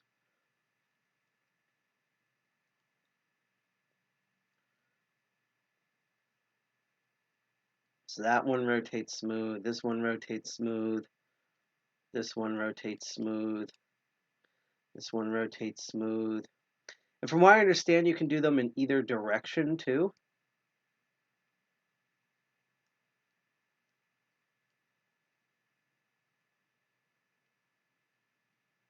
So I'm a little confused here because I feel them line up into a spot. And like this one, hey there, Splendment. Welcome to joining us on Twitch. We're almost done with the episode, actually. But it's like I feel that this one is not as smooth as the other ones on 4. But when we try to do the opening with them, it doesn't seem to work out. Boy, does this... If you don't have this lock attached to something, it really does a lot for your hands. Or maybe I'm just an old man and my hands are already arthritic. Although there's something interesting going on between the 0 and the 9. Because the 0 is smooth, but it clicks into the 9. And the 9 is easier to move downward, but it like sticks here. So one of those 2 numbers might be it. I still think it's the 4, even though it's not releasing properly. So what I'll do is I'll do 9 and 0 if we get the 4 again.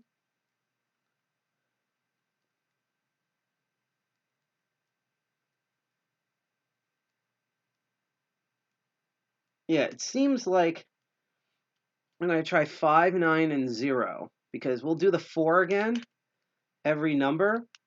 And just like last time, I don't think it's going to open. But it might be because it's like on the cusp of it, but just stuck between 2 numbers. This sometimes happens, particularly with the dial decoder ones, and that's why often when you find all the slots in the decode, what you end up doing is you just move all the wheels over once and you keep pulling until it inevitably opens, simply because you might have the right gates lined up, but you don't have it in the right position on the wheel, all the gates for them to open. So it's like right gates but wrong numbers, essentially. So we're going to try this.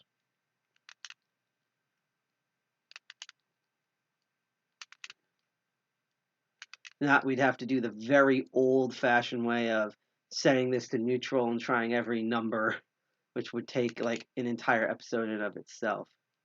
So we're going to try the 977 ones, because I'm pretty sure the 2 bottom wheels are the 7s, because those are stiff, and they're stiff either way, and they click and they fall to a spot. These upper wheels, though, I don't know if they need lube or I'm doing something wrong.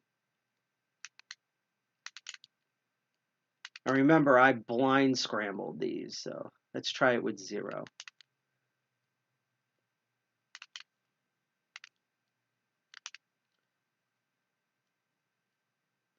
Maybe they did an improvement on this where this no longer works anymore. I don't know. I'd still have to decode this. And I'm not going to spend too much more time on this one, to be honest. So yeah, it's really this wheel over here. Let me just set it to here to make it easier to turn.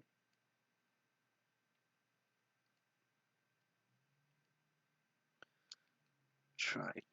God, this hurts my hand. I'm gonna try the cloth again. And I'm just doing insanity. I'm just trying the same thing over and over again and expecting different results. It's like my life.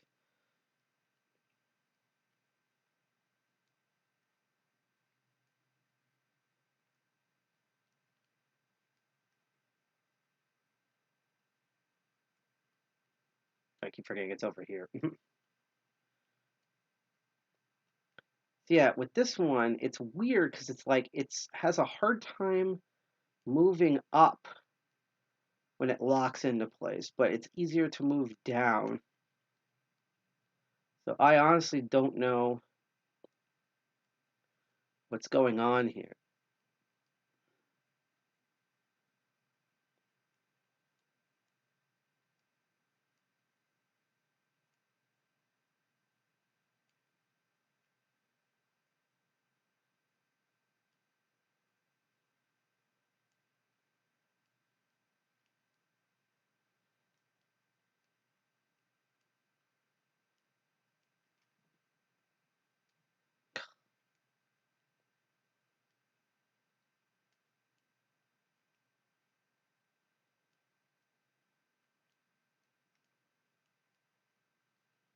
I also, to be honest, really have to go to the bathroom. I could do a break for that, but sometimes I get stuck on there for a while because I'm an old man.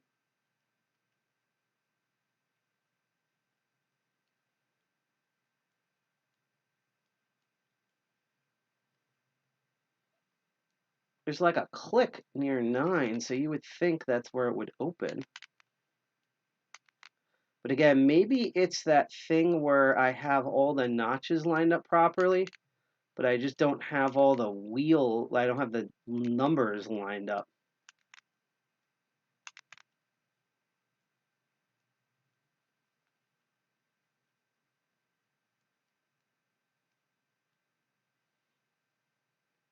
Because that's what makes this so weird. I almost want to put my foot on this and pull it, because it's like it does get caught, but it doesn't get caught in either direction.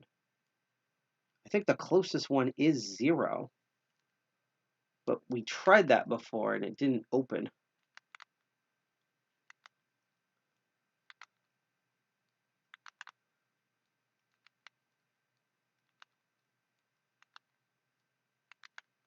See what I'm going to do? I'm actually going to do the stupid thing. We're going to rotate them all one number, and we're just going to keep trying this until it works. And I'm either going to give up halfway through, or we're going to try all of it and nothing opens. Or we might get an open. Okay, so that didn't work. So let's move the numbers up again. 299. 299. See, this is what I mean. I wish these wheels were slightly bigger. And we'd have more of a grip here. Because now we're basically doing what I like to call advanced guessing at this point. We're just like kind of brute force trying it out. We're going to do 300.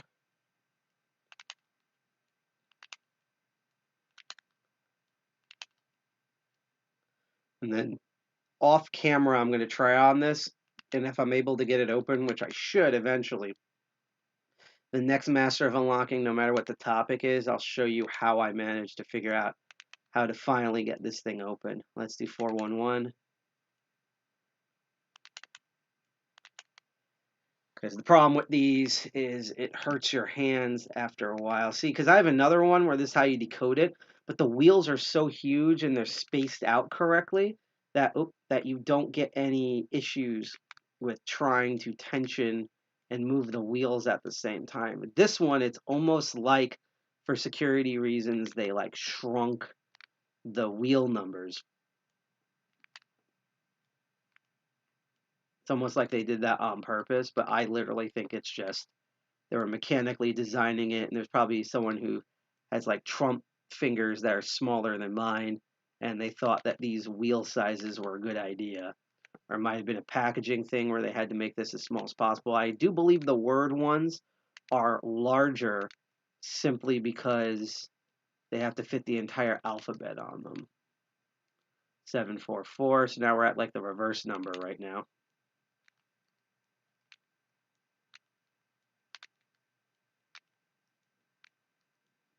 I should have probably cheated and checked the number first, so that way when I lined it up properly, I could get the feel. But, you know, I'm called the Master of Unlocking, so, you know, I'm not a master in any circles. That's just the name of the show because I'm a big Resident Evil fan. But, you know, again, I've been stumped on my own live streams before, and you key pins and driver pins out there have seen multiple times where I have failed something on air, and then an episode or two later, I come back with it, and I'm like, hey, I figured out the thing. This is what I was doing wrong. And to me, that's very important in lock sport because most lock stuff is pre-recorded. And, you know, that's a good thing for a lot of convenience reasons, and no method is better than the other. But I prefer to do all of this stuff live simply because even if I know what I'm doing, like with the Master Lock number 3, you can see the struggle. You can see that that's one of the reasons why I liked Bosnian Bill's videos, because he would be constantly, even though those videos are pre-recorded, he would be constantly making mistakes where he was like dropping tools and struggling with something. And like, you know, as especially when you're starting out, it's kind of important, you know, obviously as an instructor and business wise, you want to be seen as like, oh, you know, I can do anything. I can just, you know, think about the lock and it opens. But in terms of teaching people, in my opinion, seeing the teacher, especially if they're dealing with a higher level thing or doing it blind like this one, we're almost full circle here, watching someone else that is experienced struggle, to me, is a great teaching method because it shows that you don't turn into lockpicking lawyer overnight. There's a whole process and practice of learning, and you have to still keep up on your skills and stuff like that. And then the second thing, I think we kind of lost the plot here because wasn't it supposed to be 2 7s? So I think one of the wheels slipped. So I think I'm going to give up here. But to me, it's important to see the struggle so that you know that you're not alone when you struggle with lock stuff at home. I'm going to tilt the camera up. So for now, this is still seen as, we've done this before. We've covered crappy locks, and then I find out I'm doing it wrong, and so the lock looks a lot better than what it is. But that, you know, right now, the 1535D has defeated me, but off stream, I'm still going to work on it. I know I can decode this. It's just been having a crappy month. My hands hurt. It's late at night. I have work tomorrow. I'm going to, like, on Tuesday, I have nothing to do. So all day when I'm not working, like when my job's over, I'm going to spend like 8 hours just working to watch. I bet when I get off when I get off the stream, and I bet when I'm on the toilet tinkering around with it, it will open. And I'll be like, why couldn't you have done this 5 minutes ago? I bet you anything that's what's going to happen. But regardless, that's us experimenting with the Masterlock 153 5D. Again, like I said, this is going to be a shortish episode. But before I end, we usually end with happier things, but I'm going to go through the spiel first. If you want to find out more about DCG 201 and our upcoming meeting on February 18th, you can go to our website at dcg201.org. The other older URLs work, so defcon201.org and stuff also work. We're also all over social media. You can especially follow us. Our big ones are Twitter at defcon201nj and defcon201 on Instagram. We also have a GitHub and on Mastodon under hostducks.social and things like that. So I just post the master list of links right there. And that if you like all the content that you see and you want to get alerts for the next Master of Unlocking, which will be next 2 Sundays from now, so that will be the 20th of the month, or my upcoming Crypto Barons on the 12th, or the next meeting, or any other live streams that we did. We just did a special this weekend looking at FOSSDEM 2022, which was fun, although tiring because they're out early in the morning. But if you want to get alerts for those as well as support the channel and hackers like me, you can like, share, and subscribe on Twitch, DLive, and YouTube completely for free. If you're on YouTube, make sure you click that notification bell and turn on all notifications because as you probably well know, YouTube is a giant pile of shit and it doesn't do that automatically. I have no idea why. for all the people who've been waiting for PeerTube, I guarantee that by next Crypto Barons, we will somehow resolve our PeerTube instance. It's been having a weird bug, and we're trying to resolve that. I haven't had time. This week, after Monday, I will actually have time to do shit, so that will be fun. And yeah, thank you for watching Master of Locking. Again, the next one will be on the 20th at 8 p.m. Eastern Standard Time. Whatever gets in the mail first, that's what I'm going to cover. And if it's not, maybe we'll continue on with the 135D. I might pull another thing out of my butt. I might find a new thing at Lowe's. We'll see. But again, I gave little previews. I'm trying to do an IKEA episode, one entirely about the Lockpicking United belt system code, see how far we go with that. I want to review all of Lock Noob's stuff because I'm already halfway owning all of his shit anyhow.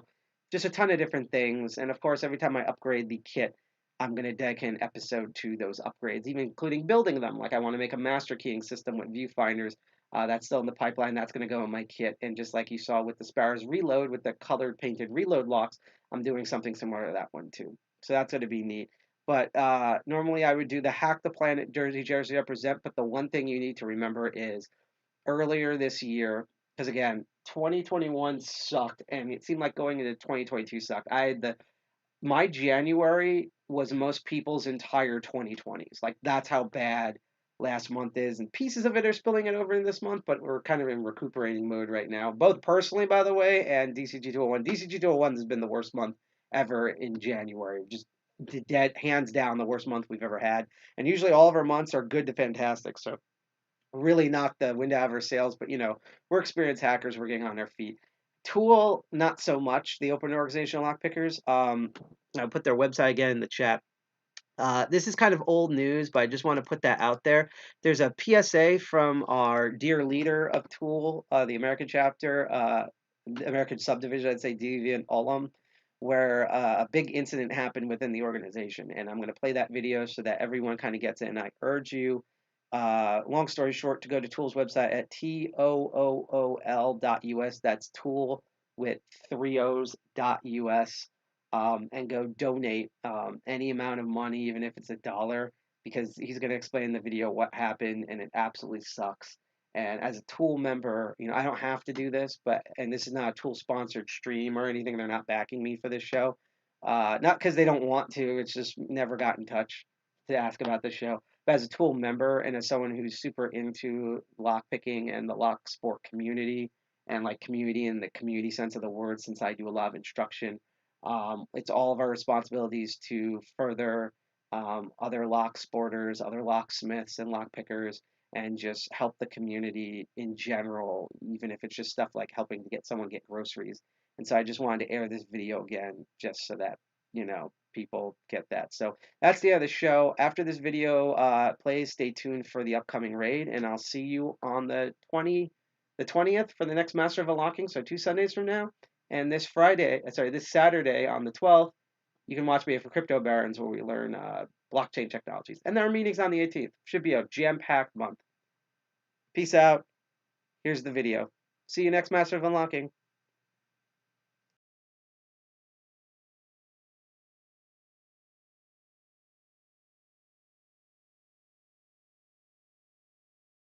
I'm hoping most of you know the organization TOOOL, the Open Organization of Lockpickers. It is something I've been a part of for many years. You see us around at a lot of conferences, obviously. Yeah, we've been serving the community for almost 2 decades now here in the US, and quite frankly, even a lot longer than that overseas. TOOOL was originally a Dutch group and then was created here by many people who got enthusiastic about lock sport in America. TOOOL is a 501c3. We're an educational nonprofit. And all of our paperwork there has been available for a long time. We're an open group, and everything about us is pretty public record at this point. If you don't know, we have a staff, limited as it may be for a volunteer charity org. We have a 5-person board. The board members are all unpaid. We do have a few paid employees. Those consist of our accountant, our bookkeeper, and an office manager who handles shipping of equipment and logistics relating to our appearances at conferences. So yes, TOOOL is all volunteer though. When you see us at conferences and events, when you see us at educational shows, anytime you see stuff being put out online, every one of the people you see in a Tool shirt helping others and teaching others, they're not really getting compensated for anything other than, maybe a hotel room at a conference or a free badge to get in to see some talks. And Tool has always been able to make ends meet this way. Yes, like most charitable organizations that have a membership base, we have member dues. In addition to that, you may be familiar with the fact that we sell pick tools and other sort of lock sport equipment, either at conferences where you see us running the Lockpick Village or on our website. And yes, sometimes members of the community or corporations that want to support lock sport will have given us either donations in dollars or donations in kind. And this has always worked out pretty well. The books have always been healthy. It's in those very early days, I remember when people would put some stuff on personal credit cards and just kind of float it to keep it alive when we were a small organization. But now even the biggest things on our calendar every year, appearing at DEF CON, appearing at the Maker Faire when that used to be a big event. We've been invited by the White House in DC in the past. We have gone up to West Point. These are all things that we've been able to do just by sustaining ourselves like any regular org you might imagine. And we did so until the pandemic. The pandemic put a lot of things on hiatus. We didn't feel there was any real appropriate or safe way to do what we do during a time of COVID. There's a lot of shared equipment being passed around tables and everyone in small spaces leaning over and looking at things. So we went on hiatus. Tool essentially paused almost all operations. We stopped appearing at conferences, we shut down all of our in-person meetings for chapters, and we kind of just packed up. In fact, we literally packed up. We even took our main headquarters and moved it to a smaller location in a cheaper place and put a lot of our other gear in storage. So during this time of hiatus, however, something happened to Tool. And it was discovered pretty recently. I was looking over some banking information for some of my own companies this last November, and I still have visibility as a board member into Tool's books. And I checked the bank balance and I said, that's kind of low. I mean, I know we haven't been doing much, and we do have some ongoing expenses like software and licensing and the website, but this seems off. So I contacted the other board members, and they all, dug their credentials out of KeyPass and 1Password, and they logged in, and they said, yeah, this doesn't look right at all. This is a much lower balance than we would expect to have. So then we performed an initial investigation, and over the course of about a day and a half, we discovered that over $20,000 had been drained from our operating account. So how did this happen? Well, that was the result of the next investigation, which took about a week. We did a full investigation with our bank. Our institution is Wells Fargo.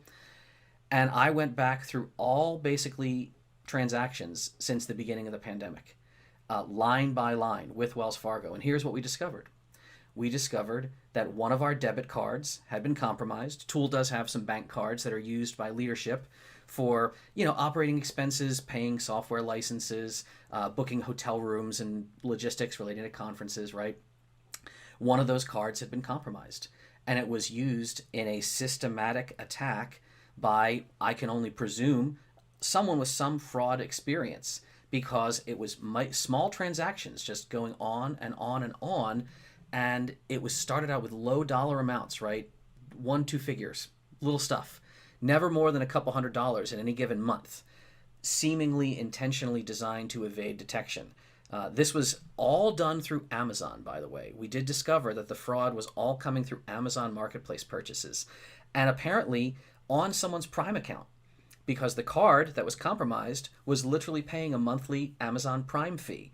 So it's a very localized attack. And again, it was very small until presumably whoever was committing the offense realized that during the hiatus, no one was at the helm. No one was using this account for other purposes. So they said, wow, we can probably dial this up. And dial up they did. By the end, in the last few months, the dollar amounts shot way up, and we were talking about thousands of dollars per month. And again, this seems to be exclusively through Amazon. I did check personally, along with our financial team and the other board members. We looked at every other sort of transaction we had going on, and anything that looked questionable, I said, hey, what is this weird, what's this thing? And someone said, no, I have a receipt for that. We had to order this, we had to order t-shirts because some of our membership needed new oh, okay, that's it. What is this, the sticker or something? Oh no, that's the labels that we put on the locks. We had to do another order of labels.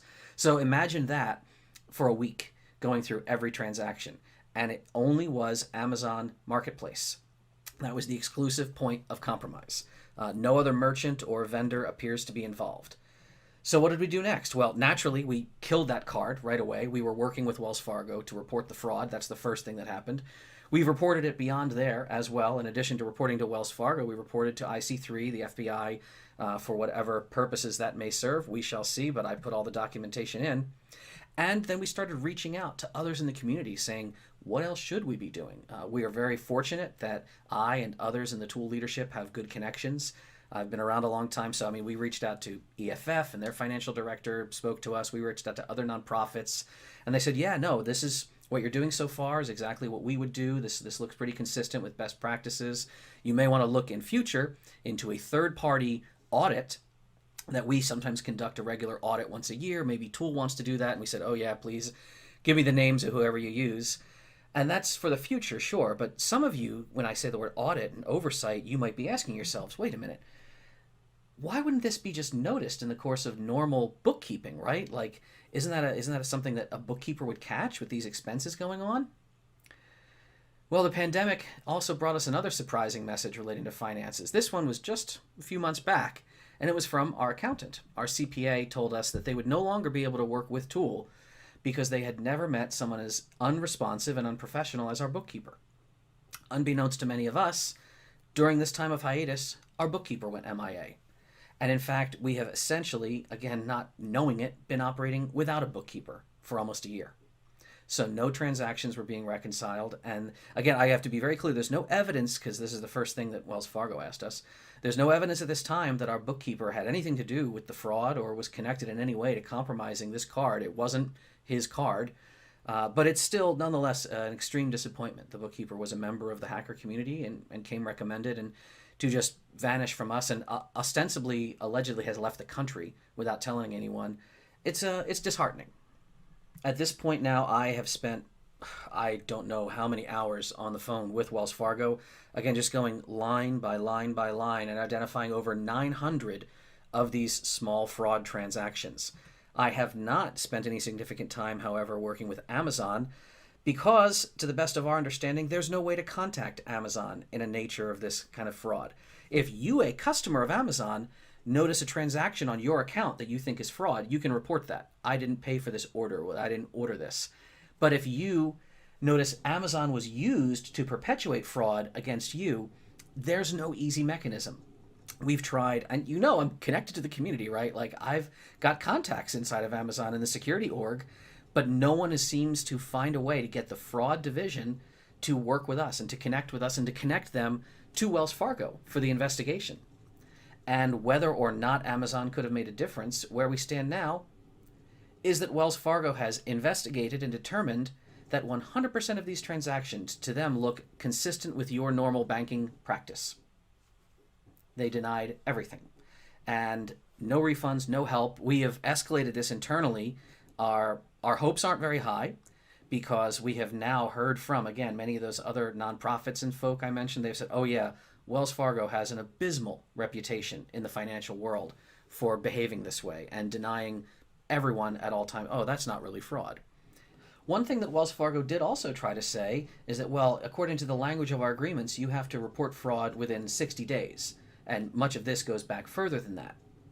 Okay, you might have something valid to say there, Wells Fargo, but remember, the bulk of the fraud, the highest dollar amounts, were right at the end. It is for that reason that we do not consider the matter closed, and I've continued to escalate, and I've continued to force Wells Fargo to not close the matter, but we are stuck waiting for them to get back to us every time, and it takes, weeks every time when we have to wait for a response from them. So where are we now? Well, Tool does have sufficient financial posture to continue in this limited capacity. Our pandemic mode of operation is pretty slim. We can cover our website payments. We've got email up and running. The Slack is still there. Our whole membership back-end system is functional.